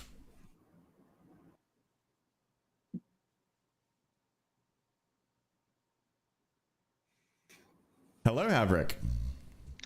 Hello. Hi How are guys. you? Thanks for having me on. Hello. I'm great. I'm doing well. Just doing some cooking at the moment. Cooking all In-game, your of course. fish. I've got no fish left. I got none left. I on the way up, I either sold all my eels and puffers, or I dropped everything else on the beach. So there there is nothing in Oh, my you drop fish fish the whole storage. time. That's The so whole rough. thing. It's so Well, rough. And release. Yeah, catch and release, exactly. They're all the good fish that you actually end up fishing are too far from the storage, and I hadn't left Hopeport, so I didn't even have the strange stone storage, so everything just kind of ended up on the floor. Oh, you're right. You wouldn't have storage, so it wouldn't be worth banking. Like maybe there's an argument for banking bass or something, but you didn't even have the rift. Didn't even have the rift, and I'm not even sure bass are worth it. I'd be interested for someone to. I did do the the math rates on them on that. actually. I think bass are actually not worth it. After the time conversion, I think there is literally no point where bass is worth more than even just doing pufferfish without doing the cheese. Wow. Okay. Wow. It is a shame because when you do that for most of the fish, you end up doing eels and puffers and maybe flounders and rays. Those are kind of the only real Yeah. viable fish. If you're really just going for experience, those are the ones you kind of want to be doing. I just want to add this. This one made me laugh. Someone said, "I don't think catch and release works with spearfishing." I can only do what I can do. You know, I try and put back. So I guess I'll ask the same similar questions. What drew you to Fisher? Honestly, it was because the trowel for foraging is too expensive. That is the main push in that direction. So, I like the others. I don't think any of us came in going for Spending anything. 500. It Yeah. just happened, right? You get a few levels, and you're like, oh, okay, I'll get a few more, and suddenly you're like the highest fisherman around you, and just then kinda, you just kind of keep going. While I'm here, I might as well. Yeah, I definitely the first 200 levels. I think like kind of everyone feels were okay. They're okay. They're reasonably quick, and then I hit 200, and I must have been one of the first people to hit 200. And I hadn't seen the XP tables on the wiki yet, so I hit 200. I'm like, cool. I'll have 500 in a week. This is going to be no problem. And then you hit the wall, and it's like, wow, okay. And I actually stopped playing for a bit. I stopped playing for 12 hours to kind of just reevaluate. 12 hours. Do I want to do this? Do I want to do this? Is this worth it? You know, we're looking at 300 hours of fishing. Mm-hmm. Do I want to do this? And I spoke to my girlfriend, and she said, "Well, if you don't do it, you're not going to be the #1 fisher." And that was all I needed. No way. Wow. That's a conversation that actually happened. Yeah. I turned to her, I was like, I don't know if I can do this. There's such a time commitment. She just said, "Well, if you don't do it, you won't be the #1 fisher." Oh, that's some good support right there. That's great. I love that. And then we sent it for sure. Very much the same as Bidoof, not sleeping much, just fishing over and over again until we got there. Some of the grinds, some of the gaps in there, because again, you don't do most of the fish if you want XP. There's only certain ones you do. Mm-hmm. So between 323 and 472, so it's like 140 odd levels, you just need to do eels and puffers. Jeez. And that's a long time in one place. So I almost suspected that eels and puffers are going to be the best for the whole time, forever. But you're saying that there are times where they're not, right? Like rays, I'm assuming, or yeah. Certain edge cases, they're not the best. So for that example, so you do 323 to 472. After that, you go do flounders for 18 levels, and then you do rays for the remainder, and then you're 500. And there's a few cases like that where flounders and rays will sometimes be better, but for majority of the time, as you say, eels and puffers run back and forth. Do your 6-3, 6-3, and you sell, and that's Yeah. probably about 250 hours of the entire journey. Yeah, in my simulated testing, I found that, like you said, dropping flounders is more effective than even taking bass. Bass. Yeah. Yes. Yeah, one hell of a journey, definitely. I'm definitely glad we're at the end of that now. Yeah. So it was an 18-hour grinds kind of thing. That seems to be the consensus. Yeah. At the start, I'm really bad at taking time off work, so I had a lot of time built up. So that kind of aligned quite nicely with this game coming out. So yeah, we're doing 20-hour days to start, and then I will point out, you've heard it here first. Not all World 500s have no life. They do have a life. Havric's got a job, he took leave, and a supportive partner who even supported his journey to 500 Fisher. So you heard it here first. and a supportive clan as well, I will say. I did most of my leveling streamed in Discord, and I always had a couple people there with me just for emotional support. Communities are really important to these types of social games. It's a social game. You need to be social. Yeah. 100%. There's people leveling beside me who are opt-outers all the way, and I'll never understand why, because most of the time I'm chatting with people while I'm leveling, meeting people. How'd you get your spear? Yeah. So it was great. Community was fantastic all the way up, chatting to everyone on the way. Yeah, never a dull moment. It was good. Very good. And right on. Yeah, that's really awesome. So you're really happy that you got 5. Oh, sorry, Mel. Yep. No problem. I wanted to follow up with that 12-hour break. Kind of, at what point in your journey did you take that 12-hour break? Was it when you hit that 200 wall? Yeah. As soon so I hit 200, and for us in the clan and for myself, we hadn't seen the wiki XP charts, so it was all unknown. It was all kind of, what's going to happen when you get 200? We'll see. And then you hit it, and you're doing some testing. You're like, hang on, my XP bar's not moving anymore. What's going on there? And my KP doesn't give me anywhere near as much percentage. And suddenly you realize every level is an hour, and there's 300 left. And it's just, it's a lot to take in and figure out if you want to do that or not. Gotcha. Right on. Really happy with your achievement, I'm assuming? You sound really happy about it. Yes. Yeah. No, it was. I'm glad I did it. I'm definitely glad I did it. That's cool. Being at the forefront and kind of just pushing the game knowledge as well. Like I was an avid updater of the wiki on the way. Yeah. So you'll see, all the enchant values that mainly come from me, and then I think I passed all the fishing XP across to you, so we know all the XP values now. Yeah. Oh, that is something worth mentioning. When you hit 500, you don't get XP anymore. So anyone who's close, go and get the XP rates and whack them on the wiki, so we know what they are. Otherwise, you have to wait. So you don't even get the XP pop up. That's good to know. No, that's interesting. For passives, I saw that I was for guard at least, but like you can see an XP drop, but it'll show it. You just can't get it, right? I don't get on any fish. So any fish that I'm fishing, like eels or anything, I don't get an XP drop at all. I don't see what that number is. I wonder if maybe it's just passive only, because I don't get it on my like I'm killing like a goblin or whatever, but I do see it on like a passive training session. I think maybe it'll show at least. Combat enemies are, because the way their experience works is so vastly different to a flat drop, that maybe it's an oversight. Even it actually might be a bug that you see experience when you kill something, if Havric is not seeing any experience drops at all. I get nothing at all. So it's worth just. I think I went round at 490 odd and just made sure I got all the base values for all the fish. That makes sense. So we had them. It's great. And I used nobody asked. Oh, yeah. I just wanted to ask, did you do any passive training, Havric? Did you experience that? I did sleep occasionally. And when I did passives. I have passive knowledge 101 in fishing, so I have them all unlocked. I always did the highest one. Especially towards the end where you have to start sleeping normally, otherwise you kind of go insane.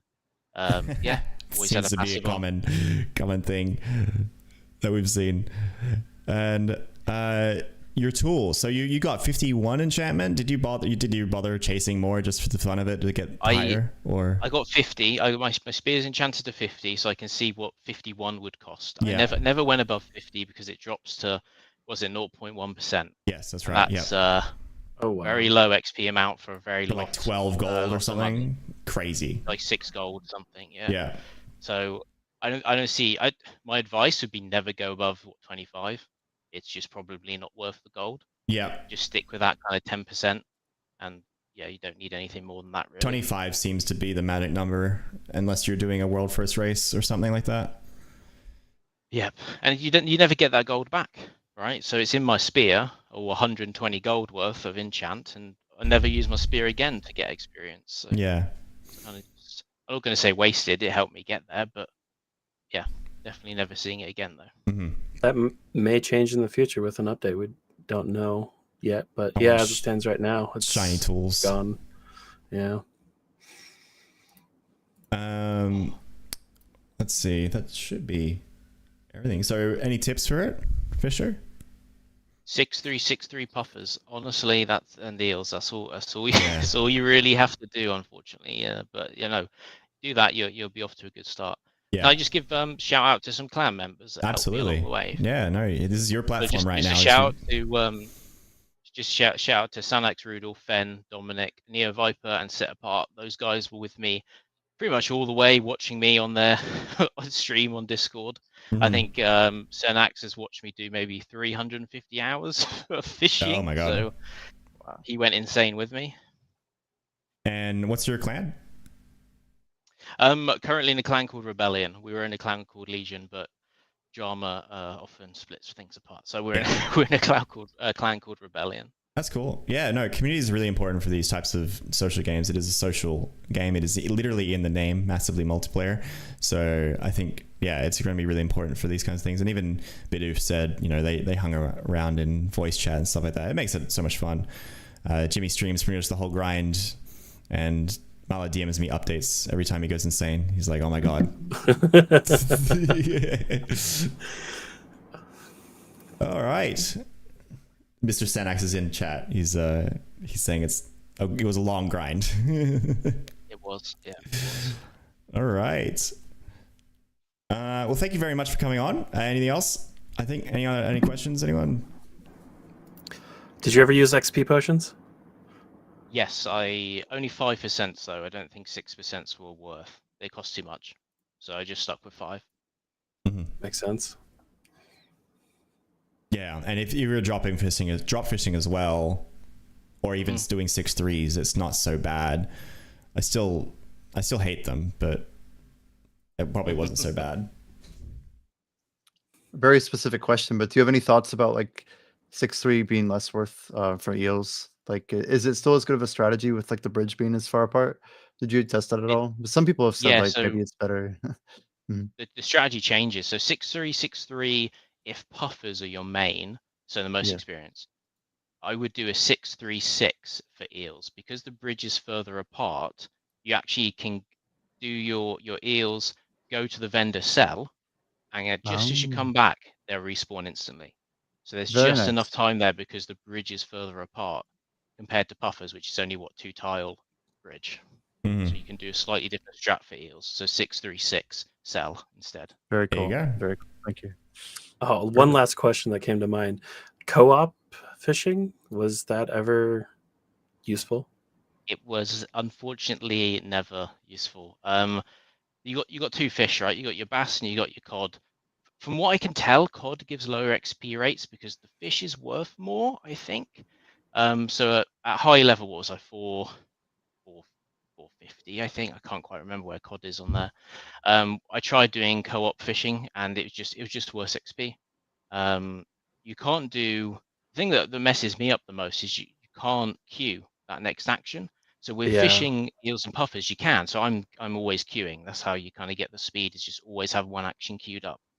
But with the cod and bass, you can't do that. So I'm always clicking just too early or late, and then I stop catching the fish and I lose time that way. Yeah. But in general, I could never get co-op to work or give as much experience. It's a shame because I had some of the best fun I've had is I I was doing a ship fishing grind when I was doing my fishing guide, and I wanted to unlock at least ventures to show them on screen. And I did a lot of co-op fishing, and there was a couple of regular people that I was constantly co-op fishing with, and we got into like a flow, and it was a lot of fun. I didn't really check the XP rates at that point, so I was just kind of vibing with it, but it was really fun to get in a flow with some randoms and co-op fish with them. So it's a shame that it might not be quite worth it, but that's an easy fix. 100%. I think it should give more. Oh, the other thing, the KP rates, they give 1 KP. Oh yeah, the well, KP rates is miserable. More, right? Miserable because of the so double attach time. Oh wow, that's pretty bad. Yeah. Same with use. All right. Well, thanks so much, Havric. We'll definitely see you around. I see you in game all the time with your bloody cape, so which you'll be wearing for the rest of your game time for sure. Yep. I earned this. Never changing that. Yeah. All right. And I will switch off now, and we'll grab our third. Thanks, Havric. Thank you.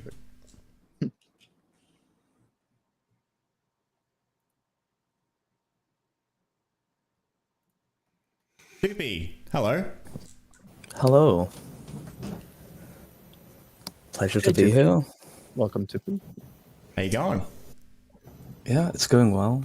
Good. Much better now that the monument's finished, to be honest. So Toopy here, world first monument completion. That was a little bit more controversial, so we'll probably have a little bit of fun chatting about this. So, how was it? The grind to get there. You mean generally, or yeah, just in general, the grind, the hours. How do you feel? We'll start with that. So, like, the one thing that I really wanted to bring up in this is that my approach to doing this was very different to everybody else's that was going for 500, because I wasn't going for a 500. I was going for the monument. So I dropped things very early. I figured that dropping things was a good play because you take a lot of time banking, and I didn't have storage rifts for my grind. And in the time that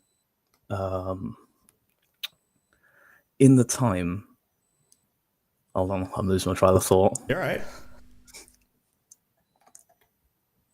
Yeah.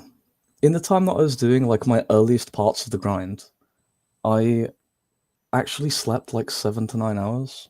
So some people already know this because I've talked about it. That's crazy. So You're full night's sleep. Unheard of. I was sleeping really, really well through my grind. And it was only like the last sort of 5 days where I was like, man, I've got to really try, I guess. Yeah, that's really interesting because you only just missed number 1, which I remember you saying you're not actually super upset about. You are number 2 on Forager. Yeah. But still, obviously an amazing achievement. And I think that's mostly because the monument experience rates are worse than just doing Forager itself. Yeah, but that's right. They're a lot worse. It's good that you were able to, you played a fair whack, obviously, but you still got your regular sleep schedule and stuff. And you still managed to get a really solid top 10 position. And I think that it kind of highlights that only really the number 1 player is going to have to do the really crazy stuff. Yeah, I would agree. I like, as much as people have been knocking on Coffee, the number 1 forager, I don't support that. I don't think that, you should take away his journey because, like, though it was different to mine or many other people's, like, he did really work to get it. Did Coffee opt out? Is that why people are not happy with it, or? Yeah, like he did, like, he hid his name and opted out, and I think a lot of people wanted to see me get first because I'm quite friendly to people that I meet, but I don't know, it never was about that for me. So. I mean, technically, but I'm a chatter. I want to talk to people. No, absolutely. Like I was just saying, it's a social game, and I'm assuming you were chatting, like you see people in game and you chat with them and stuff like that, or? Yeah, absolutely. I really like the community in this game. They're all so close knit. It's like really nice to see a game like this. Yeah, seeing people's names above their heads actually kind of adds to me as well, because normally you don't really see that. It's like, oh, it's so prominent when a friend pops into your room. It's like, oh, they're right there. It's like, oh, dude, you're grinding this again. That's so cool. I was just, in the other room doing alchemy or whatever. Yeah. So yeah, you were obviously even chatting with Coffee at the same time.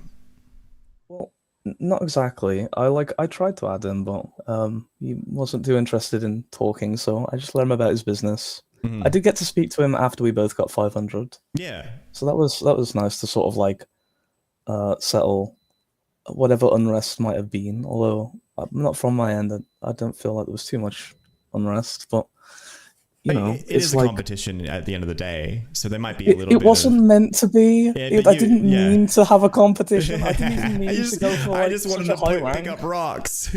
I just wanted to see the monument finished. I didn't want any of this. No, that's good. I really appreciate that. I think he would too if he saw this. But yeah, I don't think there's any warrant for it. Like yeah, people are gonna opt out and stuff like that, and I don't think hate the game, not the player, I guess, because it's just the way to do it.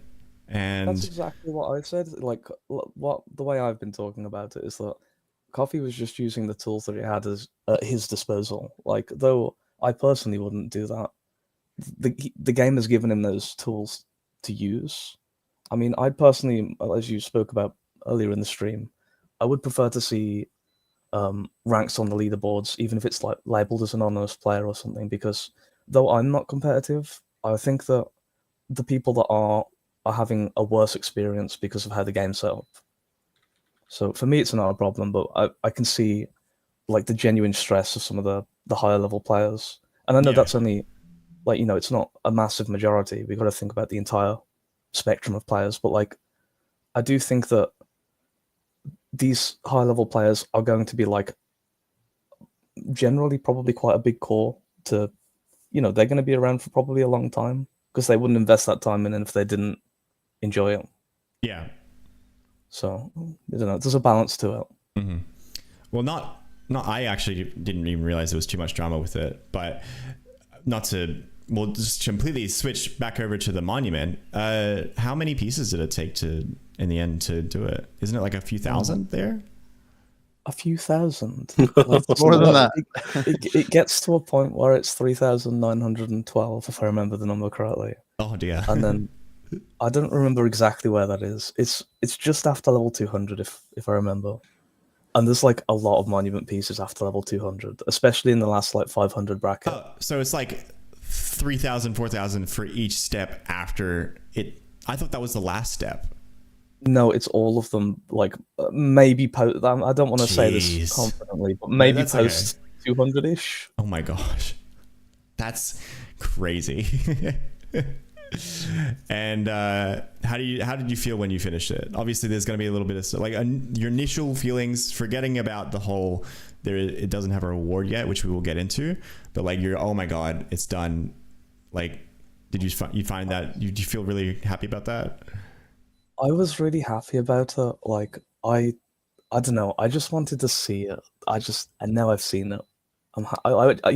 You can't dangle a bit of mystery in front of me and then not expect me to go full into it. I just want to see it. Oh yeah. Well, we know when we get that update, we're gonna be on your case real fast. Patch notes. Andrew has added a buff to the monument. Toopy, tell us. I just want to say that I am terrified for this update. Yes, I'm very afraid of it. Mm-hmm. So we finish the monument and then nothing happens. Unfortunately, obviously you get your little cutscene. You can celebrate on top. It looks really pretty. That's great. But there's no in-game benefit, which is a lot of what people are expecting. So how did you feel about that? And then what happened after that? So I feel like the way that I feel about it might be a bit different than how other people might have felt about it in the same situation, because when I got there, like I had some friends around me, like Shore Central and whoever else was like dotted around. Like, thank you all for coming. But when I realized that the dialogue ended and that was that, I was like, I felt let down, but not for me. Like, I was happy with it being nothing, but I was afraid of what the community would think, because I know it's been a big anticipation, and I know there's a lot of like people that expect something out of it. I mean, I didn't expect something out of it. I just wanted to see it finished. So I didn't have that negativity tied to it, so I was fine with it. I was happy with what I'd done and like my journey to it, and it was nice for me. I was more afraid of the community's reaction. Yeah. So we and then Andrew came out with a saying "Hey, oh my God, you guys finished it already," and then that he's going to change something. Sorry, Andrew. I couldn't help it. Mala, you have something to say? Well, I definitely appreciate Toopy's view on this and setting the record straight on it, so people know exactly his viewpoint on this. Because, as you mentioned, there's a lot of controversy over it, and the community is very, what's going on with it. And so to know Toopy's point of view, because I didn't know Toopy's point of view on this until now, it's definitely nice to hear that, you're not mad or anything about that. It's very positive outlook. I think it's poetic. I think it's poetic that the world first monument builder built it because he wanted to build it, and he's happy that he built it, and that's it. It wasn't some min-maxi nonsense. It was just, I want to build a statue. I would be very happy if the monument didn't have an update. I'd be okay with that. I know a lot of people are probably quite disappointed in it. 'Cause, it's quite a big thing to work towards. But yeah, I think what I've been saying to people that ask, or when it comes up in topic, is like, I want the monument when the update is released, because they're set on doing it, so I can't change that. But it needs to either do something for everybody or be entirely cosmetic, whatever the reward is. Like, it can't do something useful. It can't be a teleporter. It can't be any magical buff to just a 500 forager. It needs to affect either everyone or no one, because no one should feel forced to do 500 in any skill. That's not a good basis to build the game off of. Yeah, and I always said that I didn't think the monument would do anything, and if anything, it'd be cosmetic. So I actually didn't think he'd even say he'd come out with an update. So I was quite surprised when the tweet came out, and he's like, "Oh yeah, we're going to add something to it." So opinions on this? Everyone thinks it's probably a cosmetic, you think, or? I would like it to be a cosmetic. I'd like it. Perhaps, I know some people have thought maybe it's a dungeon because of the dragons around. I'd be okay with that. Just something that other players can benefit from. What do you mean by that? Do you mean like a buff or something because someone did it, or? Yeah, I figured that when I was grinding, I had obviously a lot of time to think about what it might do, and I had some wacky theories, and I had some more grounded theories, and I came to the conclusion that it either is entirely a cosmetic thing, or perhaps it would do something magical, as Parnell says, the person you sold stones to.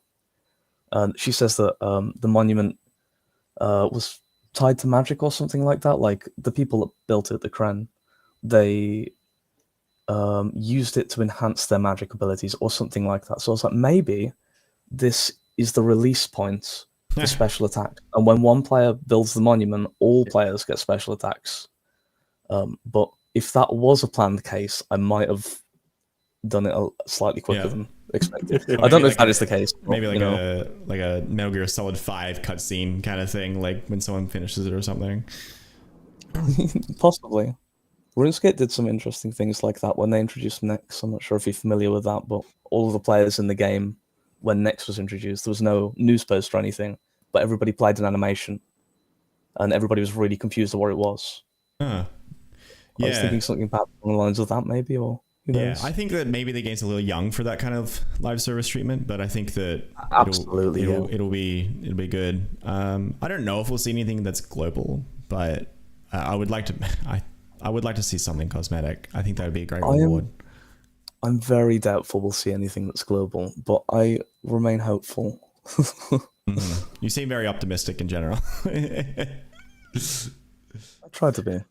How would you feel if the monument built was reflected after your character in a future update?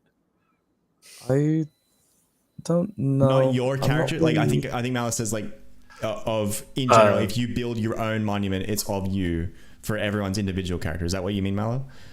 I actually meant it as Toopy, but I could see Oh. it both ways, honestly. Okay. No, I don't think I'd like that. I'm not really the kind of person that chases those highs, I guess. I'm not nearly self-absorbed enough to I am. want something like that. That's fair, but to be fair, I think instead of a monument, I could see like one of these big like Final Fantasy 14 frogs, like, you know, or wherever it may be from. I could see that right in the middle of the fallen monument map square. Yeah. Do you have anything, Jimmy? Yeah, Or I'd like- say my tinfoil miss like had to be towards like a global unlock. If we had to kind of like lock it down to something, people had so many wild ideas. I'm like, these are all really awesome, but there's like no chance. Like if it's like some crazy like, oh, you have to get all these skills or whatever, and it starts with 490 forage, like that would just be absurd, right? So I think like there was a small chance that maybe it was chaining some sort of like global release type thing. Like maybe, you know, they expected it to be in the time that, yeah, special attack or maybe trading would unlock, like something like that, or amulets or something, like the whole magical unlock type thing. I think there were people going off every direction, but I think it's cool that yeah, like the attitudes are positive, and I think we'll see what they end up doing. I guess it's going to be interesting to watch. Yeah. I'm surprised that Andrew was surprised that this was done. I thought that he would finally expect, every time he releases a game, oh, no one's going to get 99. Oh, they did. No one's going to get max experience.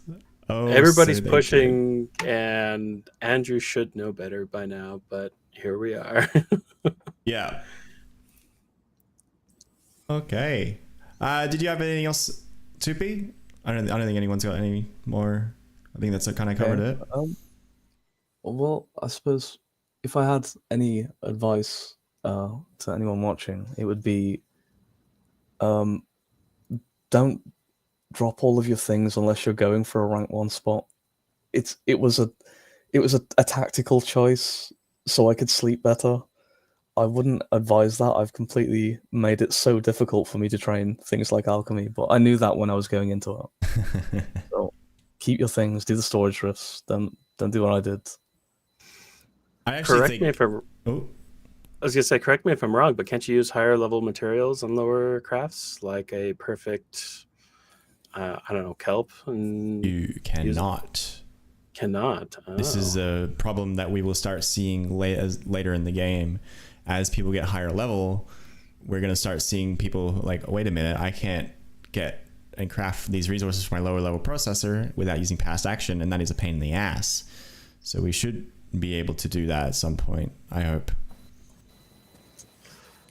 Toopy, do you want to set the record straight about like what the money per hour looks like? Do you have any rough idea at like 490 plus? Yeah, actually. So I'll segue this into thank you to Havric and MOBA for keeping me going, along with all of the friends that I've made along the way, especially those on Twitch. Are you in Havric's clan or just not in his clan? But I met him early into my grind. Yeah. But I bring this up because MOBA is the brains behind the group. I do everything based on feeling, so I didn't really do much maths or anything like that. Yeah, entirely.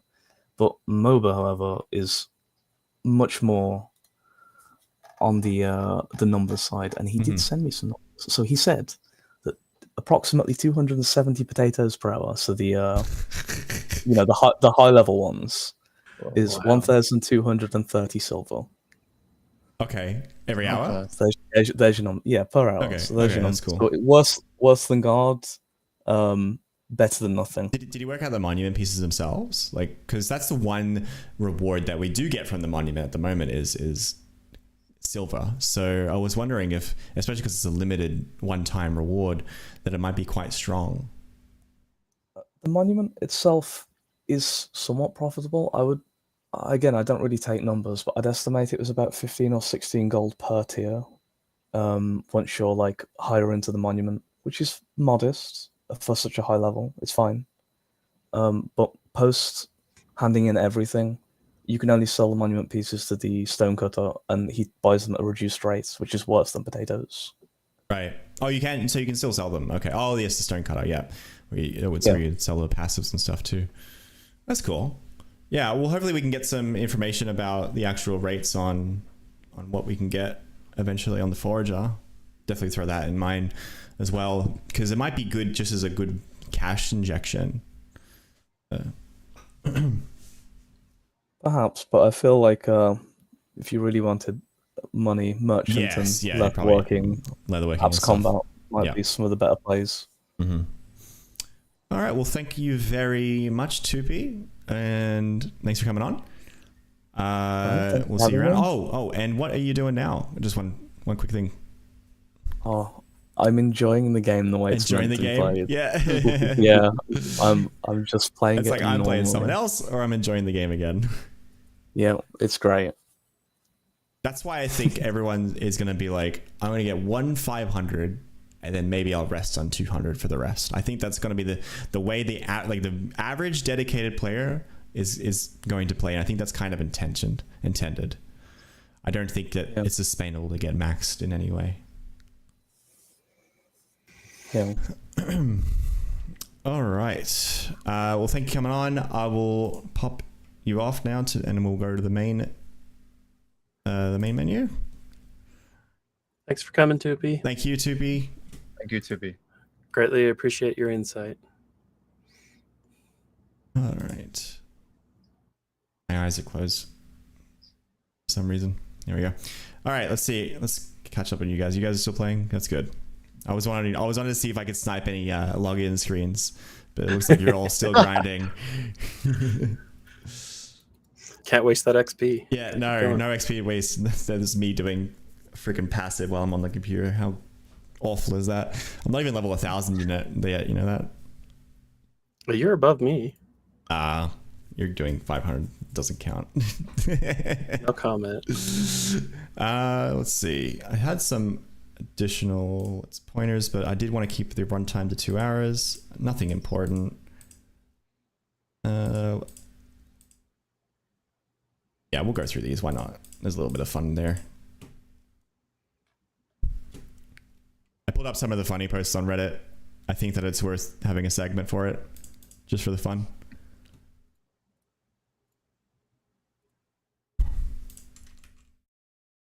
Member. I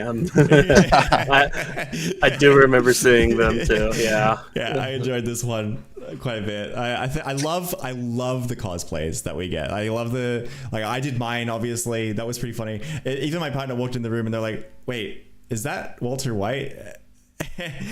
She's like, she's like, "Oh my god, it's so weird to see that," and that was really funny. And I like when the game first started, you'd see so many of the bald dudes with the green, the two shades of green. Yeah. Oh yeah. And it was like the perfect shades as well. Yeah, intentional for sure. Yeah, I've seen some, I think, Scooby-Doo roleplay characters out there too. Mm-hmm. Me staying up in 2006 all night playing RuneScape, and then me in 2024 staying all night playing Brighter Shores. He did it again to us. Some of us, we've been sucked into this, and I've actually fallen victim to this as well.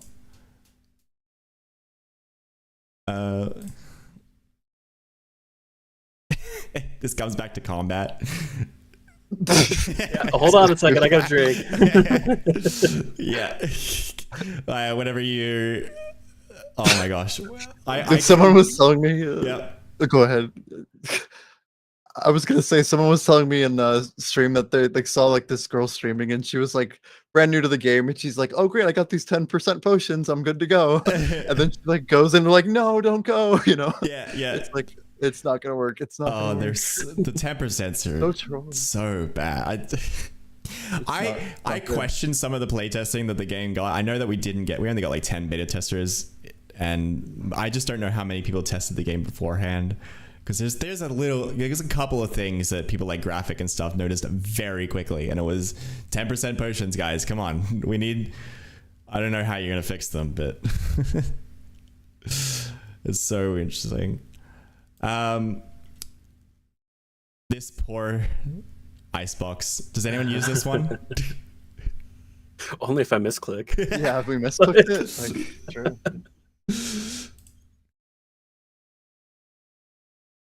And then What? There's a spot over there yeah, for that there's a too? crawl spot. If you didn't know that you could crawl spot, there's a crawl. There's some UI like some parts of the game where you can crawl or crouch when you're standing over it. And I think this post was titled like "Help me, Stepdad Skeleton" or something like that. I think that's all I had in terms of shit posts. Some pretty good ones. Pretty solid ones. Pretty good. Thanks, Reddit. So keep posting those on the Reddit, and I will pick them up and put them on here because I think they're worth. See, look at this new chat. Look, I got put to. Oh, you hit the login screen. You were wondering who was going to do it too. I know. I even logged in before I put domain, so I didn't get caught. But no, yeah. While you're away, 3 minutes. All right, that wraps up the first Tales of the Shores episodes. I hope everyone has had a great time. I hope the people on the show have had a great time as well. I will give you guys one last chance if you guys want to shout out any, of your stream and stuff like that. So Jimmy, you stream, and Mala, you work on videos at the moment. Yeah, go ahead, Jimmy. Yeah, shout out to the whole community. It's just been absolutely crazy support. I like that this game has like a really solid foundation of even its player base. Like whether the player count is X or 10X or 100X, I think there's gonna be a really core group that anyone who's new, like we're all part of the same community. It's wonderful to grow this all together. Like the fact that we're all new is also part of the best part of the identity. So I'm excited to see this game grow and the communities grow right with it. It's fantastic. And thank you for having me, of course. Yes. No, Mala. Yeah, so once again, I'm on YouTube, Malazetic. I do have a Twitch channel, but I very rarely use it. Right now, I'm just working on the OST, original soundtrack. There's a lot of variations I didn't really know about until I really dug into it. So that's, it's slow and steady. I'm really excited to see your along. research because I'm running out of songs to use for my videos. So it was definitely interesting trying to figure out that violin patch update. It's like, yeah, updated a Hopeport violin. I'm like, okay, what does that even mean? And so I had to do a lot of comparisons to figure that out. So I do have a before and after that I'll be posting later. But I'll have to take a look. Yeah. The community has been really wonderful. They definitely hate me multiboxing, which I'm okay with. I completely understand that multiboxing is not for everyone. And, it's for certain people. Not botting. Just not botting. Yep. Alting. And I'm in control of all those characters. And thank you all for coming on. Thanks for chatting with me. And thank you all for watching. Until next time, I will be doing myself. I'm working on probably the next Ultimate Guide. I'll work on Chef. I think I've decided, especially because I'm just over 60 now. So it should be good to do some numbers and see where Veggie Stew actually stands, because I don't trust it. I am suspect. I still do it. You shouldn't trust it. But I'm suspect of Veggie Stew. Thank you again for watching. Have a great day. Until I see you next time, jump in my Discord and we'll be chatting about the stream. And later on, we'll get updates about who is going to come on next episode. And anytime send me a message as well if you're interested. I think that I'll be probably doing something more like a raffle instead of just most popular streamer gets it. I want this to be a community-based one, so instead of just a popularity contest. And that's it. Thanks for everyone. Thanks for watching. Thanks for coming on. Thanks, everyone. Have a good day, night, year, whatever. Yeah. See ya.